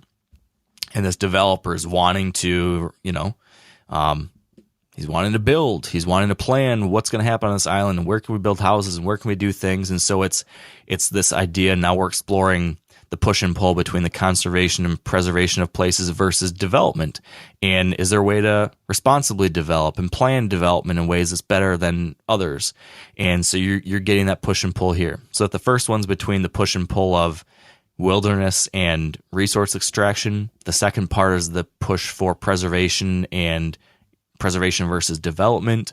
And then the third part of the book follows Brower on a rafting trip down the Grand Canyon with Floyd Dominy, who was the commissioner of the Bureau of Reclamation, which, as you know, and anyone who knows water, is the government agency that manages our dams and water resources and things like that. So Dominy is kind of he was viewed as a villain of sorts back in the day because of his his part in damming the Colorado River, putting up the Glen Canyon Dam, and a series of others that I even wrote about in my book, where basically you've got the guy who represents the for lack of a better term, like the rapacious use of water versus Brower's ideas of keeping these rivers running free and wild. And Floyd Dominy saying, no, we got to use these rivers. We need to bridle them for human use and energy. And so you have this back and forth between those two while on this trip. So what's interesting in each one of these is that you have this confrontation, like one side versus the other, conservation versus use, preservation versus development, wilderness versus resource extraction. You've got these confrontations, but also in each one of these situations, you also are getting to be this fly on the wall of these two people who seemingly, in each instance, seem to be so far on either side, actually realizing they have a lot in common along the way too. And coming out the other side, I think it's both inspiring, it's kind of informing of how we might be able to think about these things. You do learn some really interesting stuff about the history of some of the environmental and conservation movement back in the 50s and 60s and 70s. And you get to go on these very interesting adventures. You get to backpack into the wilderness of Washington. You get to float the Grand Canyon. So it's a fun read in that regard. You learn some interesting things. You kind of have to mentally push through these like tensions that I think are still present today in different forms, but the same push and pull between those two different things are still going today. And it's like a short, quick book that actually covers a massively important topic. So that's a long-winded, rambling way of saying you got to read this one. No, I agree with all that. And I think it's, I think that book in some ways, I hadn't really thought about it until just now, but it could be seen as more important now than ever because people just seem to be so divided across no matter what the issue is.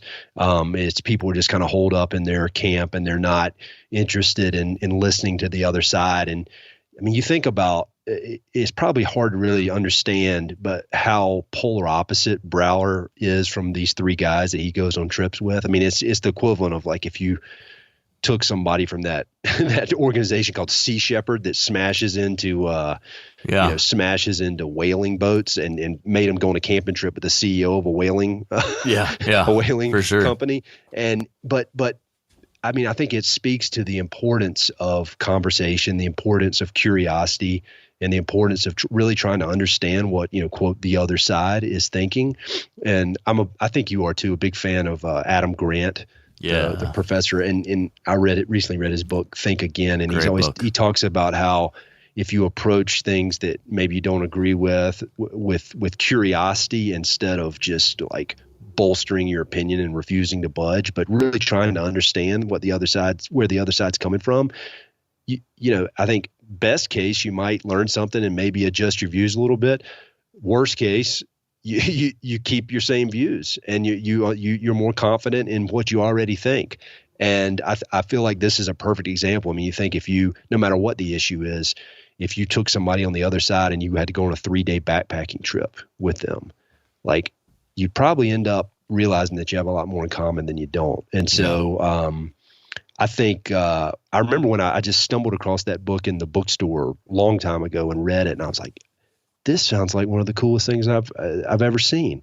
And it is. I mean, I think about it often. So I think that's a great recommendation. Yeah. It's one that I feel like you don't hear about a whole lot anymore. It's not one that gets brought up. But I think it deserves to be. It's this slim little book that I feel it really encapsulates a whole lot more than I think maybe it's given credit for. So it's worth reading. I agree completely. All right, my turn. Yeah, what do you got?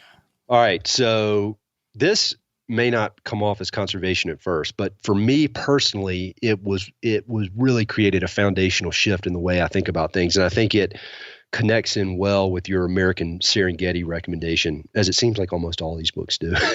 But it's called For the Love of Land, Global Case Studies of Grazing in Nature's Image by Jim Howell. And on the surface, and by the title and subtitle, it appears to be just a book about ranching. And so you may be thinking, well, I don't care about ranching, or I don't want to know anything about ranching. But what this book does is it basically lays out the importance of grazing for grasslands and for grassland health, and the need for grazing, and how grazing can be used to make grasslands more healthy. And so, like I said, I used to be in the ranch brokerage business, and now a lot of my conservation work is working with ranchers to help them conserve their property. And when you're out here in the West, you're up there in the big mountains, and pretty much anytime you look down in a valley, that is, for the most part, is private land. And a lot, the vast majority of it that's still intact is being used as grazing land.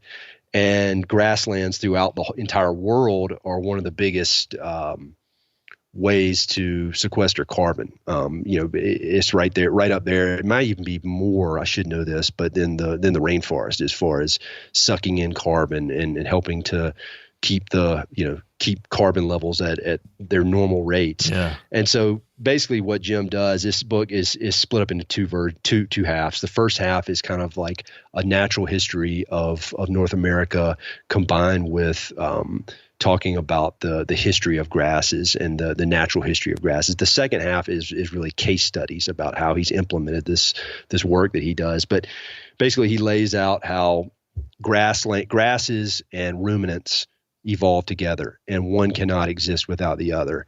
And so as grasses grow, they need to be grazed, and then they need to have herds of large animals that have hooves come over and disturb the grasslands, pee and poop on it, tear it up, eat the grass down, and then move on to another area. And by doing that, the grasses thrive, and that's what they evolved to do. And so you can, on private land, you can actually mimic that with certain grazing techniques. But one of the things that stuck with me about it is how a lot of nowadays, I think there's some movement, or I guess there has been for quite a while, that cattle are bad and that grazing is bad and we need fake meat. We don't need regular meat anymore. And what he lays out here very clearly is how grassland health is directly related to how it is grazed. And he does all these case studies. Like he goes down the Southwest, I think it may be near Canyonlands National Park, and he shows this photo, and there's a fence line. And on one side is the national park where no grazing is allowed. And this is a very arid environment. And on the other side is a private ranch where grazing is allowed. And on the no grazing side, it looks like a desert. It looks like the typical desert that you think of when you think of that. And then on the grazing private land side is this lush grass that has been that's healthy, that prevents erosion, keeps moisture on the ground, the little moisture that there is. And that is because that side where the grazing has happened has been grazed very intentionally over a very long period of time, whereas the grass has just died. And this book, it really helped me, it really kind of nailed home this idea that livestock can be, if used properly, it is great for the land. And, for better or worse, or maybe neither, it's just how it is. We are never going back to the days of wide open spaces out here. There's private property, there's fences. And so in order to keep the grasses as healthy as they can be, the only way to do it is to use livestock. And so this book lays out specific techniques, and so you can go as in depth as you want to the techniques of how this happens. And he lays out case studies everywhere from ranches in Colorado to sub-Saharan Africa. But I think what really stuck with me is just how hooved animals that eat grass are linked to grasslands forever, and we need to have the two together. And Jim's actually been on my podcast several times talking about this stuff, as has his wife, whose name is Daniela Howell, who's the CEO of the Savory Institute, which really implements a lot of this holistic range management work. But I think as we talk about public and private lands and grazing on both, this is a great book to kind of get you up to speed on that topic. And it was very formative to me. Yeah.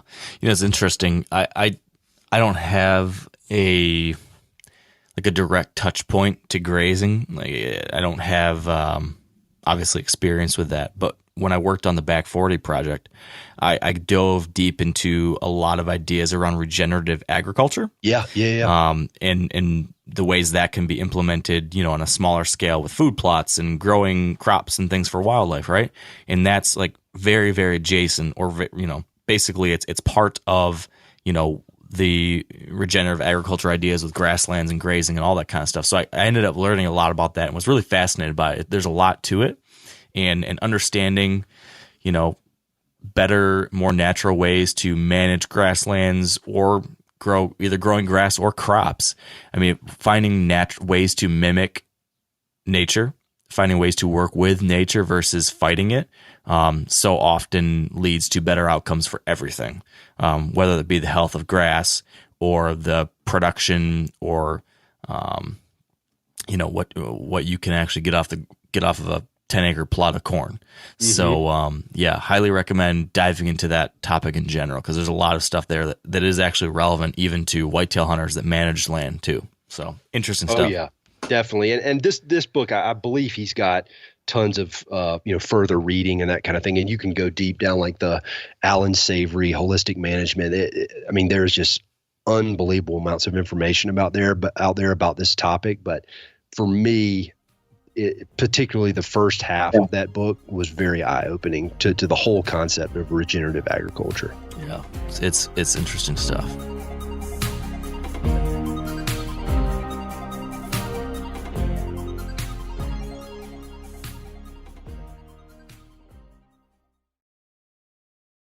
Now, a lot of you guys are familiar with the old hunting tradition of eating, some organ, the heart or a chunk of liver, off the first animal you kill. I had that when I was a little kid, and it was a big deal.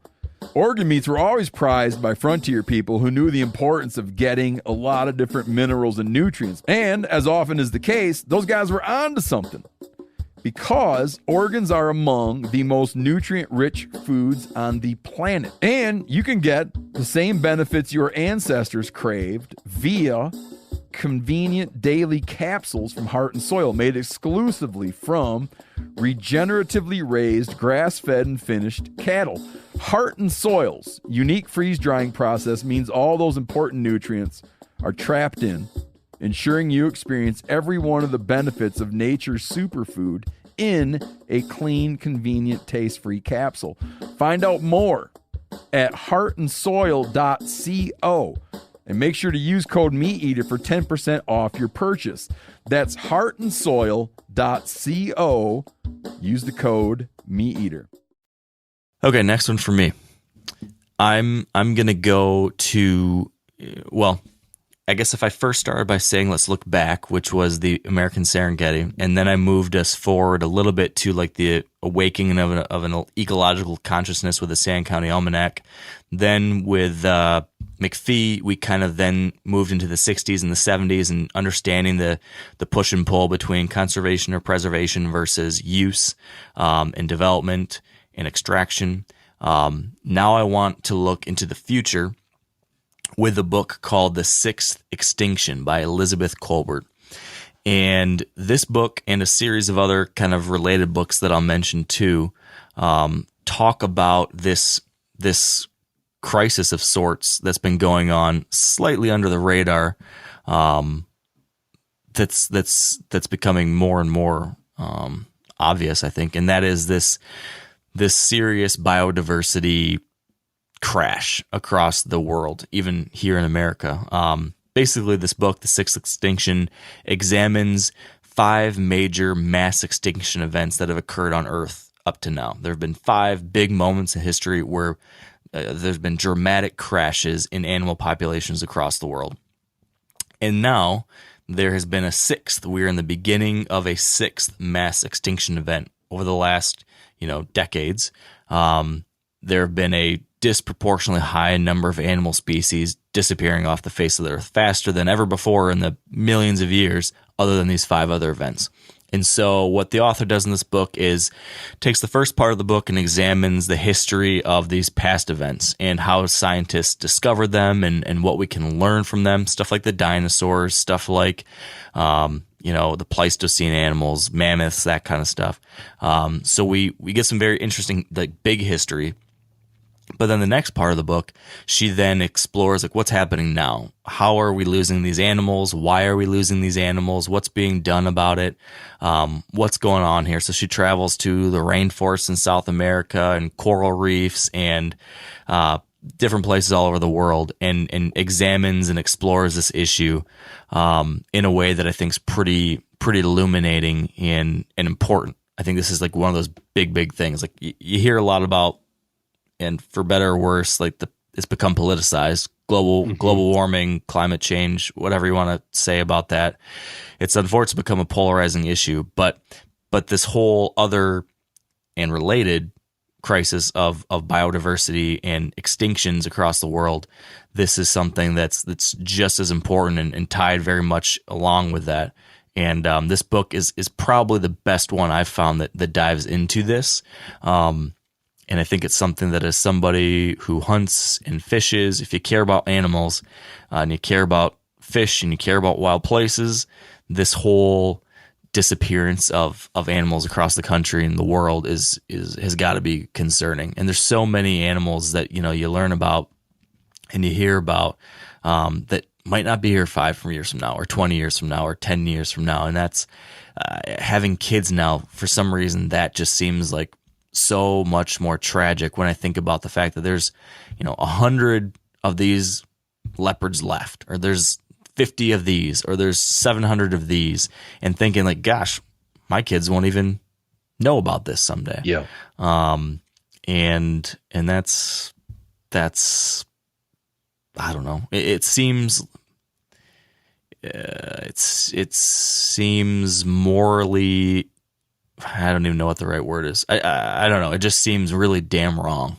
Mm-hmm. And I wish and I hope and I aspire to hopefully someday be able to see that change in some kind of way. I don't know if it will, but I guess reading about it, learning about it is a step one. So this book does a pretty good job of doing that. I will say it's a little bit, I don't want to say it's dense, but it is denser than some of the others. And it's not all focused on like big charismatic animals. So I think it's easy to like dive into this topic and read about like a Sumatran rhinoceros and how that's disappearing and like care about that. It's a little bit harder when you're learning about a little frog or something, which she talks about too. But I would encourage folks to give it a shot. I listened to a lot of this one. This was a good book to listen to. I got through a lot of it through that avenue. I'd recommend that if this sounds like a book that maybe you're intimidated by because of what I'm saying here, maybe try listening to it. There's another couple books along these lines, one called Half Earth by E.O. Wilson, another one called Rescuing the Planet by Tony Hiss, which also talk about this issue and some proposed ideas about conserving larger swaths of the remaining natural landscapes we have across the world to try to stem the bleeding of sorts. Those two are more recent books that I think cover this one too in interesting ways that if you're interested in this kind of stuff might be worth checking out. But yeah, I think that this is one of those topics that we all have got to be aware of and thinking about, and this is a good entryway into that one. So that's why I recommend The Sixth Extinction, because I think this is going to be one of those big issues that we're talking about and trying to tackle for the decades to come. So that's one that I thought would be worth mentioning. Have you read this one, Ed? No, I haven't read any of those that you just recommended, and they all sound great. And I was thinking it's a shame that I would guess that a lot of people, when they hear like a topic like that, they think because it's been politicized, people are like, oh, that's left wing stuff or whatever. And I'm not. I feel like I'm right in the middle, and I try not to. I don't want to associate with too much with any one group in any part of my life. And I feel like this is one of those books. I mean, that was one of the reasons, like when I started my podcast, I lived in Boulder, Colorado, which is about as far left as you can get. And I would live next door to some of the, the most, you could even call them militant environmentalists. But then in my work, I was out working with ranchers who were on the far other end of the spectrum.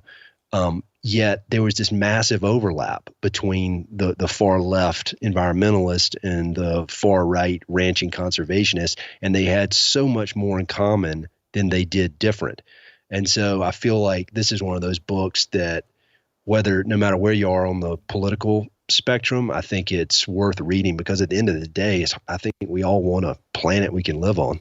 We want clean air, we want animals. And I don't know that I think if any kind of politics that's been attached to that is serving somebody else. Yeah. But I really do think it's a topic that I have not read enough about, and I need to dig deeper into. So I remember when you were recommending this book initially, and I wrote it down. So this is what I need to push it up top of the list. Yep. It's definitely worth checking out.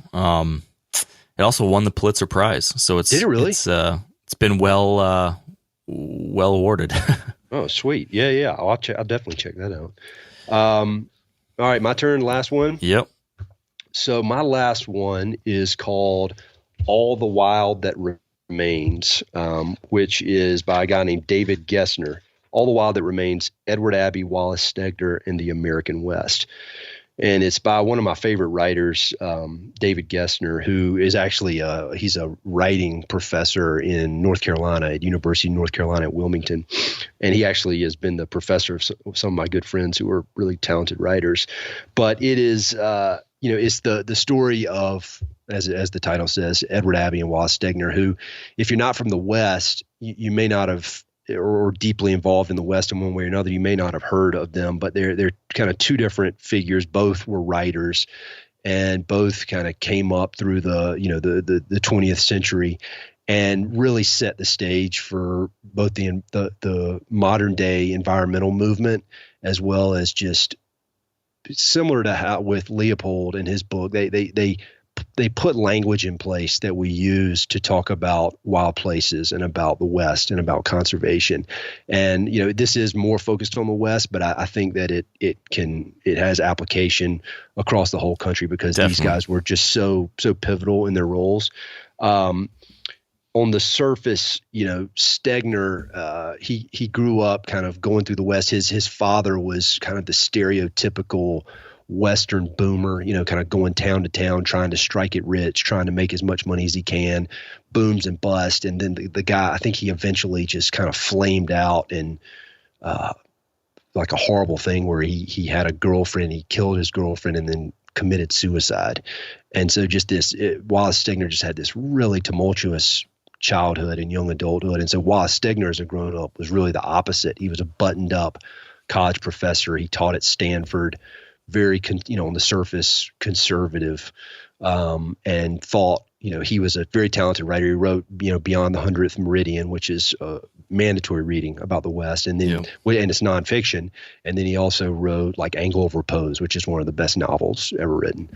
And felt a deep connection to this place that is the West, and sought to change it kind of from within. And so a lot of his primetime work was during the 60s and 70s, when there was also this counterculture movement and, hippies and all this kind of stuff. And he really, in some ways, kind of railed against that type. And so then on the opposite end of the spectrum is Edward Abbey, who was a wild man. And he was, he wrote Desert Solitaire, The Monkey Wrench Gang, kind of advocated for this complete other side of things, like even kind of like eco-terrorism, like let's blow up the Hoover Dam, that kind of crazy stuff.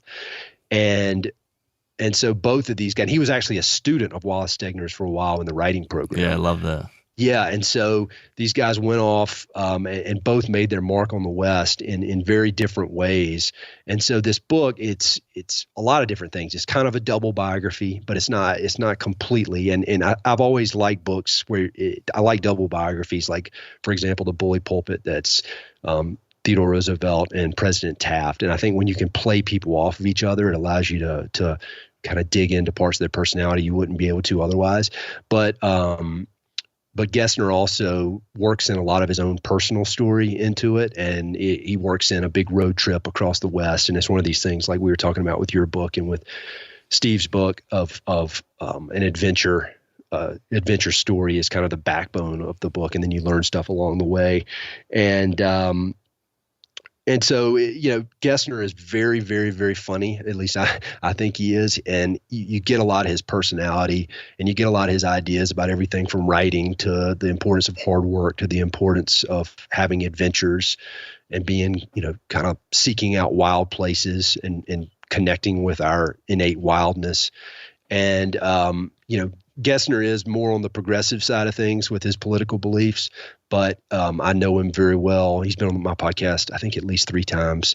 And, he is a very thoughtful, very smart, very funny guy. And so I think no matter what your political persuasion or thoughts, if you want to have a good understanding of the modern day West and the modern day conservation movement, whether that means the far left environmentalist type stuff or conservation as in conserving ranches, conserving farms, I think this book really lays a great foundation for that. So I recommend all of Gessner's book. He wrote a pretty good one. A really good one recently about Theodore Roosevelt called Leave It As It Is that I thought was great. I mean, he is hilarious too. So have you read All the Wild That Remains? Oh yeah. I was actually going to include it on my list until I saw that you included it.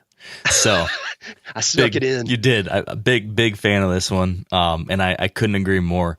And I would just emphasize something you said, but I want to make a really big point on this, is that while these two guys are known as Western writers and primarily discussing some Western related issues, this is not just about Western conservation or anything like that. It really, these guys, while the West was their main canvas that they painted their stories and ideas on, the concepts, the philosophies, the ideas about protecting places, conserving places, caring about these things, it applies across everything. And what they wrote and the ideas that they popularized are still pulled upon and inspire people trying to conserve across the entire nation, whether it's in Maine or Florida or Montana. So I think this book is kind of more than just the things you described, that being like the dual biography. It's also this kind of examination of this history, but then also kind of current environment we're in, and trying to make sense of how we can fight this fight while also being real people and the realities of the world and the everything that involves. Understanding those two people, I think, is pretty important in understanding how we as a community think about these things today. And they did such a good job of putting words to so many things we think and feel today. And I mean, I love both their writing, but Ed Abbey especially is just like such a firebrand. Mm-hmm. And even though he of course, in my opinion, went too far, or at least, he espouses things that would be far too far for me, right? Some of the stuff you talked about, which is, I think, obviously you would not condone any form of violence, right? Yep. But outside of some of that stuff he talked about, I do love how he is able to express how pissed off he was about things, and how pissed off I can be about things, and the pain and the fury that I think we rightfully should feel sometimes about I don't know who to blame, because it's just as much me as anyone, right? But the collective shit we've taken on the natural world in so many instances across our nation's history, and continue to do so, that is, it's on each one of us in one way or another. So I'm a part of that, unfortunately, too. But I think he does a great way of putting words and emotions to this collective trauma we can experience in different ways when we look at a place that we love being paved over with a Walmart parking lot, or when we see a river that we loved rafting being dammed up and, civilized, or whatever it might be. He's one of the few people that has been able to just, with no filter, express those things in a way that I think hits a lot of people. So this is a great introduction to him. And if you enjoy reading about him and the ideas in this book, then you got to read Desert Solitaire, which is Ed Abbey's book, one of his many books. And I enjoyed that one too. Well, and I think, I think Gessner also does a really good job of laying out that, like every human on earth, Ed Abbey can be a bit of a hypocrite. He was, he's advocating for basically like blowing up bulldozers to keep them off of a piece of land, but at the same time, he was known for drinking beer while he's driving and throwing the cans out the window and just littering. And so I think some of these guys, TR especially, but a lot of these people can be put on this pedestal as if they're otherworldly or they're not human, but they're all flawed. Every single one of these people is flawed, and I think Gessner does a great job of showing just how complex both Stegner and Abbey are. And if anything, you can take that and be like, all right, well, yeah, I sit here saying there's not enough water in the West, yet I moved here from North Carolina, so I'm a hypocrite. That doesn't mean I can't try to help something or try to do something about it. So that's one of my favorite books, I think. Yep. I agree. Me too. Great book. Kudos, Dave. Yeah. Well done, funny sir. Too. Well done. Okay. So that's a really good segue into my last recommendation because a few of the Ed Abbey type themes pop up in this one. Have you read The Overstory by Richard Powers? No, but like every good writer I know says it's like one of the best books they've ever read in their whole life. And so I don't know why I haven't read it, but Gessner actually said he could not believe how great a book it was, like just as if it's from another planet. Yeah. And so I've heard it from many, many people. It's on my shelf. I have not read it. Tell me about it. Yeah, man, that's exactly how I feel about it. And I literally, after finishing reading the book, I like dropped it on my lap and then just stood staring blankly at the wall for 10 minutes, just kind of overwhelmed by it. And I have actually thought, my wife's reading it right now, but when she gets done, I'm going to mount it to my wall or put it on my desk some way. I have no other books like right prominently in front of me, but I'm going to put it there somewhere to showcase the power of a story. It's really something. I recommended this book to my buddy Doug Duran. Anyone listening to this knows Doug Duran, hunter. He's been featured on Meat Eater. He's been on the podcast, and he's starting to read this book right now. And he just texted me today, and I want to read you his endorsement as an intro to this. He says, "The Overstory is remarkable. I've been too busy to devour it, and slow reading has allowed me to marvel at the writing, relate to the characters, and wonder what's next. I've always marveled at trees and felt connected to them, but this book has given words to those feelings." So, here's what this book's about, Ed. Well, it's hard to tell you exactly what this book's about, but the Overstory it's a story. It's kind of a massive parable. It's a fictional book, first off. So this is not a nonfiction like history book or anything. This is a fictional book about. Do you read much fiction in general? I don't read a lot of fiction at all. So that's why I'd heard the same. I heard the same things you heard. That like you got to read this book. It's incredible. But I kept thinking to myself, man, I don't know. I don't really like fiction. I do read the occasional fiction thing. But if I am going to read fiction, it's usually like action or fantasy or sci-fi or something like that. I don't read general literary fiction. So I just had that resistance, I guess, to it.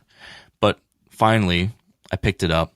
And at first, you might be wondering, like, what is this book about once you start? Because each chapter, the first, 8 chapters, are seemingly disconnected. They almost don't have anything to do with each other. You're just learning about, it's a short story. Each chapter is seemingly a short story about some new character.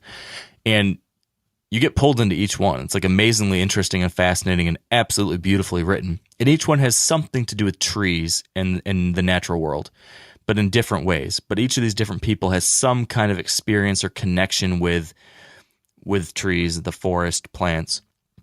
But seemingly none of it's connected. But then as the book progresses, each of these different disparate characters is pulled together in this huge overarching story, where in one way or another, each one of these different people has an awakening to the the natural world in some kind of way, or some kind of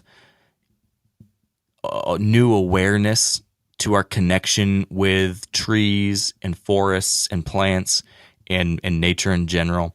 And they kind of have this huge long character arc where eventually these people all kind of come together in this kind of epic story that I'm not going to tell you the specifics of all what happens, but you just have to trust me in this, that you learn a tremendous amount about trees and forests. Like forests and trees are the central theme. Like all the book revolves around trees, and you end up coming out of this book with this newfound wonder with these organisms and these ecosystems, and the power they have and our connection with them, and the connection we've had with them in the history of our country.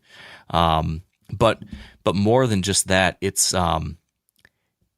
showcases like the power of fiction to convey emotion, because it's just a story. It's not like, Richard Powers could have beat you over the head with 1,000 facts and historical tidbits and studies about trees.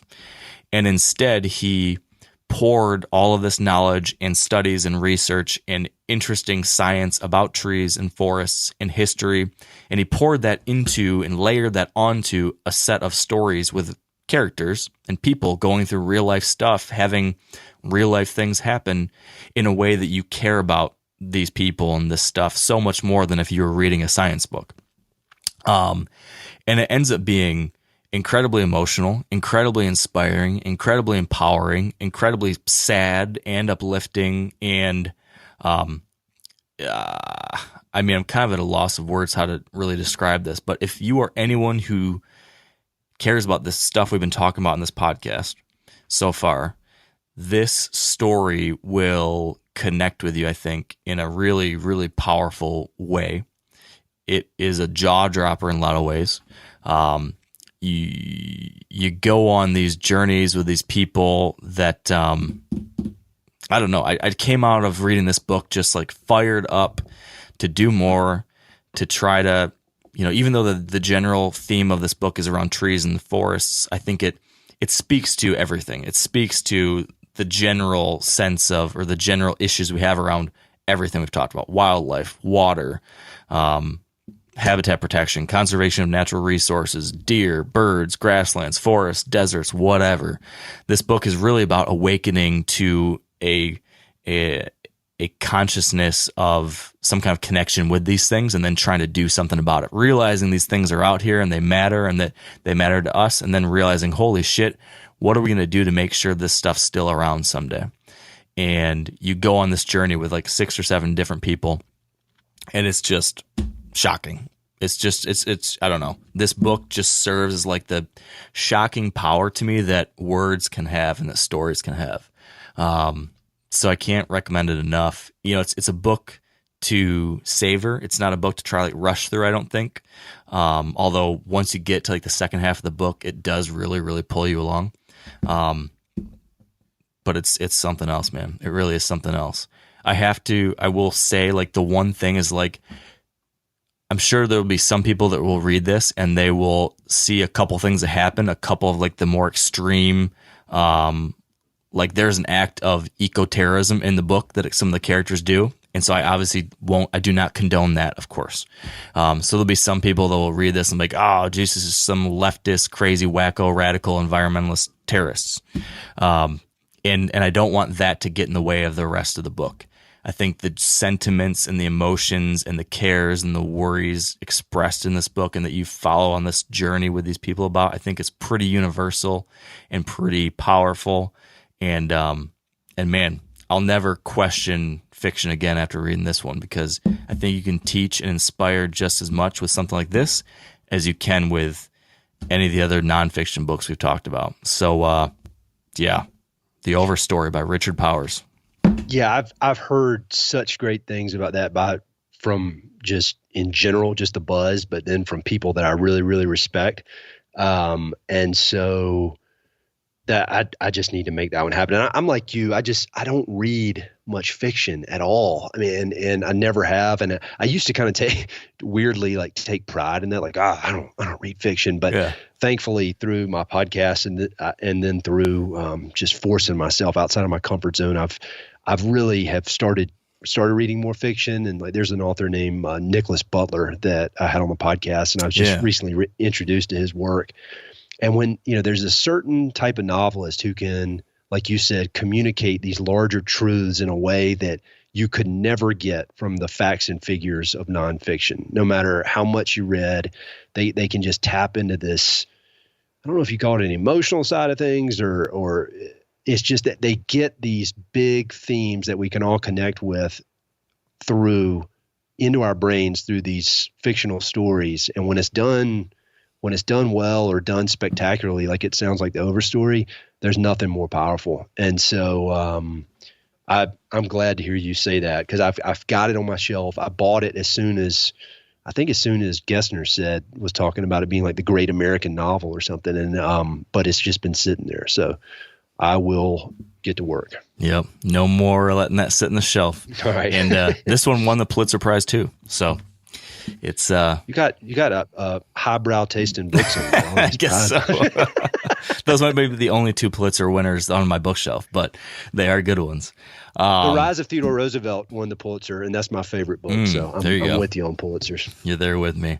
So yeah, man, there's 10 books plus a few, I think, extra suggestions in there for anyone who wants to really dig into this stuff. I think it's a pretty diverse list. There's a lot of different stuff covered there. Yeah, and there's a lot of different ways you can take it. You read one of those books, and then you're going to have a list of 20 other books you want to read. So there's a lot there, and I can't wait to dig into those two that I had not read from your list. So I appreciate this. Yeah, me too. I'm going to pick up Downriver here right when we get off the phone. I want to real quick throw out a couple other resource suggestions for people. If there are folks now, I don't think anyone who's listened this far doesn't like to read, because if you've listened to almost 2 hours of us talking about books, you must like books. But I guess if for some reason you don't like books and you've still listened to all of this, I wanted to give a couple non-book suggestions to people. Probably should have done this at the beginning, but better late than never. I don't know if you had any ideas like this, Ed, but I had a couple things I was going to throw out there. A favorite documentary of mine related to some of these topics is Public Trust, which is a tremendous documentary about the fight for public lands. Talks about a lot of the same things I talked about in my book, but does it in a really powerful way that, film can do with our, shared friend Hal Herring. Great.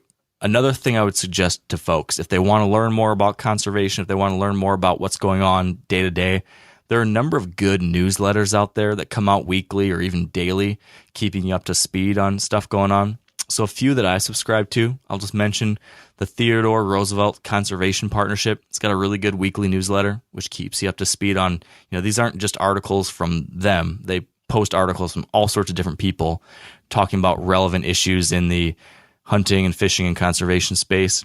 The Center for Western Priorities sends out a daily newsletter that's mostly Western conservation issue focused, but touches on a whole lot of different things related to environmental and conservation causes every day, with a big list of links to go check out. So that's a good way just to keep your finger on the pulse of different things going on across the country. For the deer hunters out there, the National Deer Association got a newsletter where they're posting a number of different updates. BHA has another one, same thing. Lots of good updates there. And then finally, I will tell you that the Mountain Prairie Podcast by you, sir, Ed Roberson, is a great podcast to listen to if you care about these issues too, because you've had a number of people that either write about these things or engage with these things on a day-to-day basis in a number of different careers who care about conservation and live it day to day. And I've been inspired by a lot of those conversations you have. So highly suggest folks, if you're listening, tune into Ed's show. If you care about wild places, wild animals, the West, any of that stuff, you're going to find something there on the Mountain Prairie Podcast. So those are my suggestions, Ed. Do you have anything else you'd add? Yeah, I'd say for a documentary, there's a really good one called, first of all, Public Trust. I highly recommend that. Awesome. It's Hal Herring. He's a hero of mine. He's a big fan of you and your book, by the way, as you know. But there's a really good one. It's more specific, but it's called Into the Canyon it's a filmmaker named Pete McBride. Yeah. And Pete and his buddy Kevin Fedarko, who's an author who wrote The Emerald Mile, which is a really awesome book about the Grand Canyon. They hike the length of the canyon inside it. So it's like 800 miles, no trail. Very few people have done it. And so they hike from one end of the canyon to the other and film it. And then along the way, talk about a lot of the different threats that are facing the canyon and the history of the canyon. And so again, it's like it's the film version of what we've been talking about with these books, this adventure story where they work in a bunch of really interesting things, and even about the Navajo and the tribal lands and some threats to their way of life. Pete, and there's a companion coffee table book that goes with it that shows some of the work, some of the photos from that expedition, but really, really awesome. If you're into private lands, particularly ranching, and ranching's impact on conservation, there's a really good group called the Western Landowners Association, and they put out what I think is one of the best emails around. I think once a month they put it out, and it's just filled with resources about everything from conservation to land management and land stewardship. Very, very focused on the private land side of things, but it's inspiring to see all the work that's going into things on the private land side.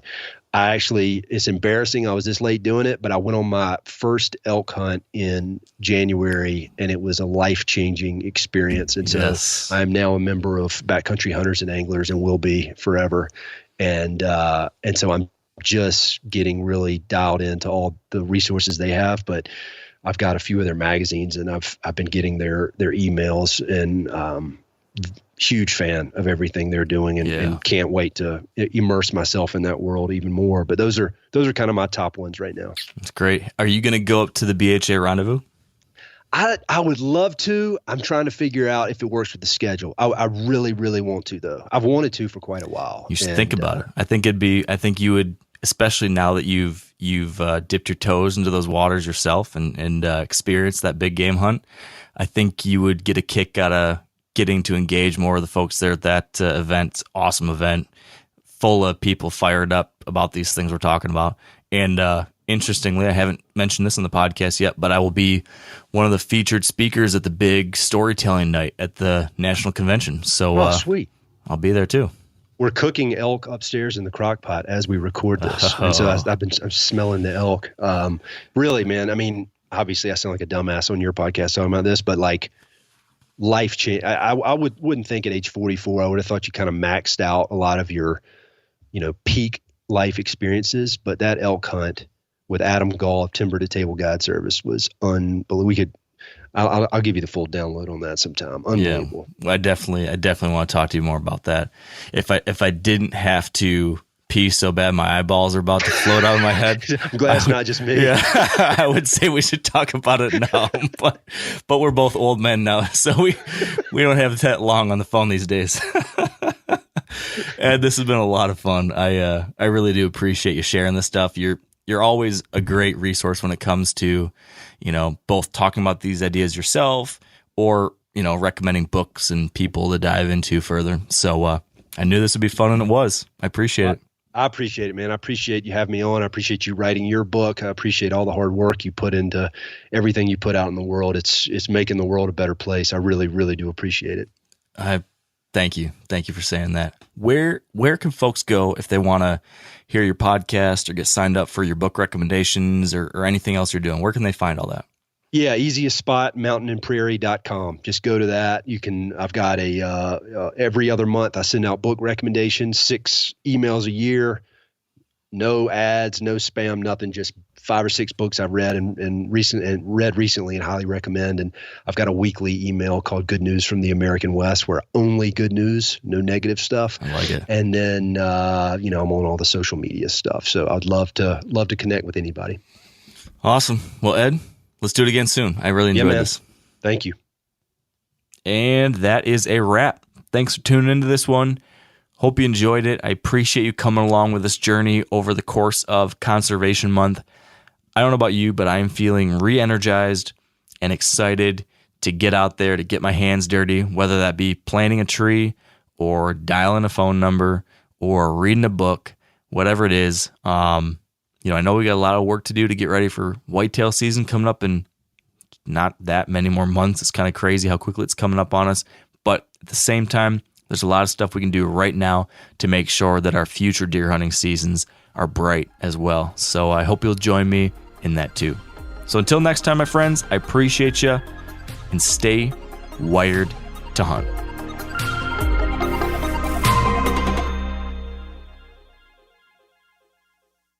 Hey guys, turkey season is in full swing right now, and if you are planning on getting after it, make sure to pick up some Meat Eater Phelps turkey calls to stuff into the old turkey vest or into your fanny pack right now. I carry a few different things. I like to use mouth calls, and I like to use pot calls. Mouth calls or diaphragms, I like them because it gives you hand-free calling, meaning when you're working a bird up close, you can have your gun on your knee, finger on the trigger, ready to roll, and still be making turkey sounds.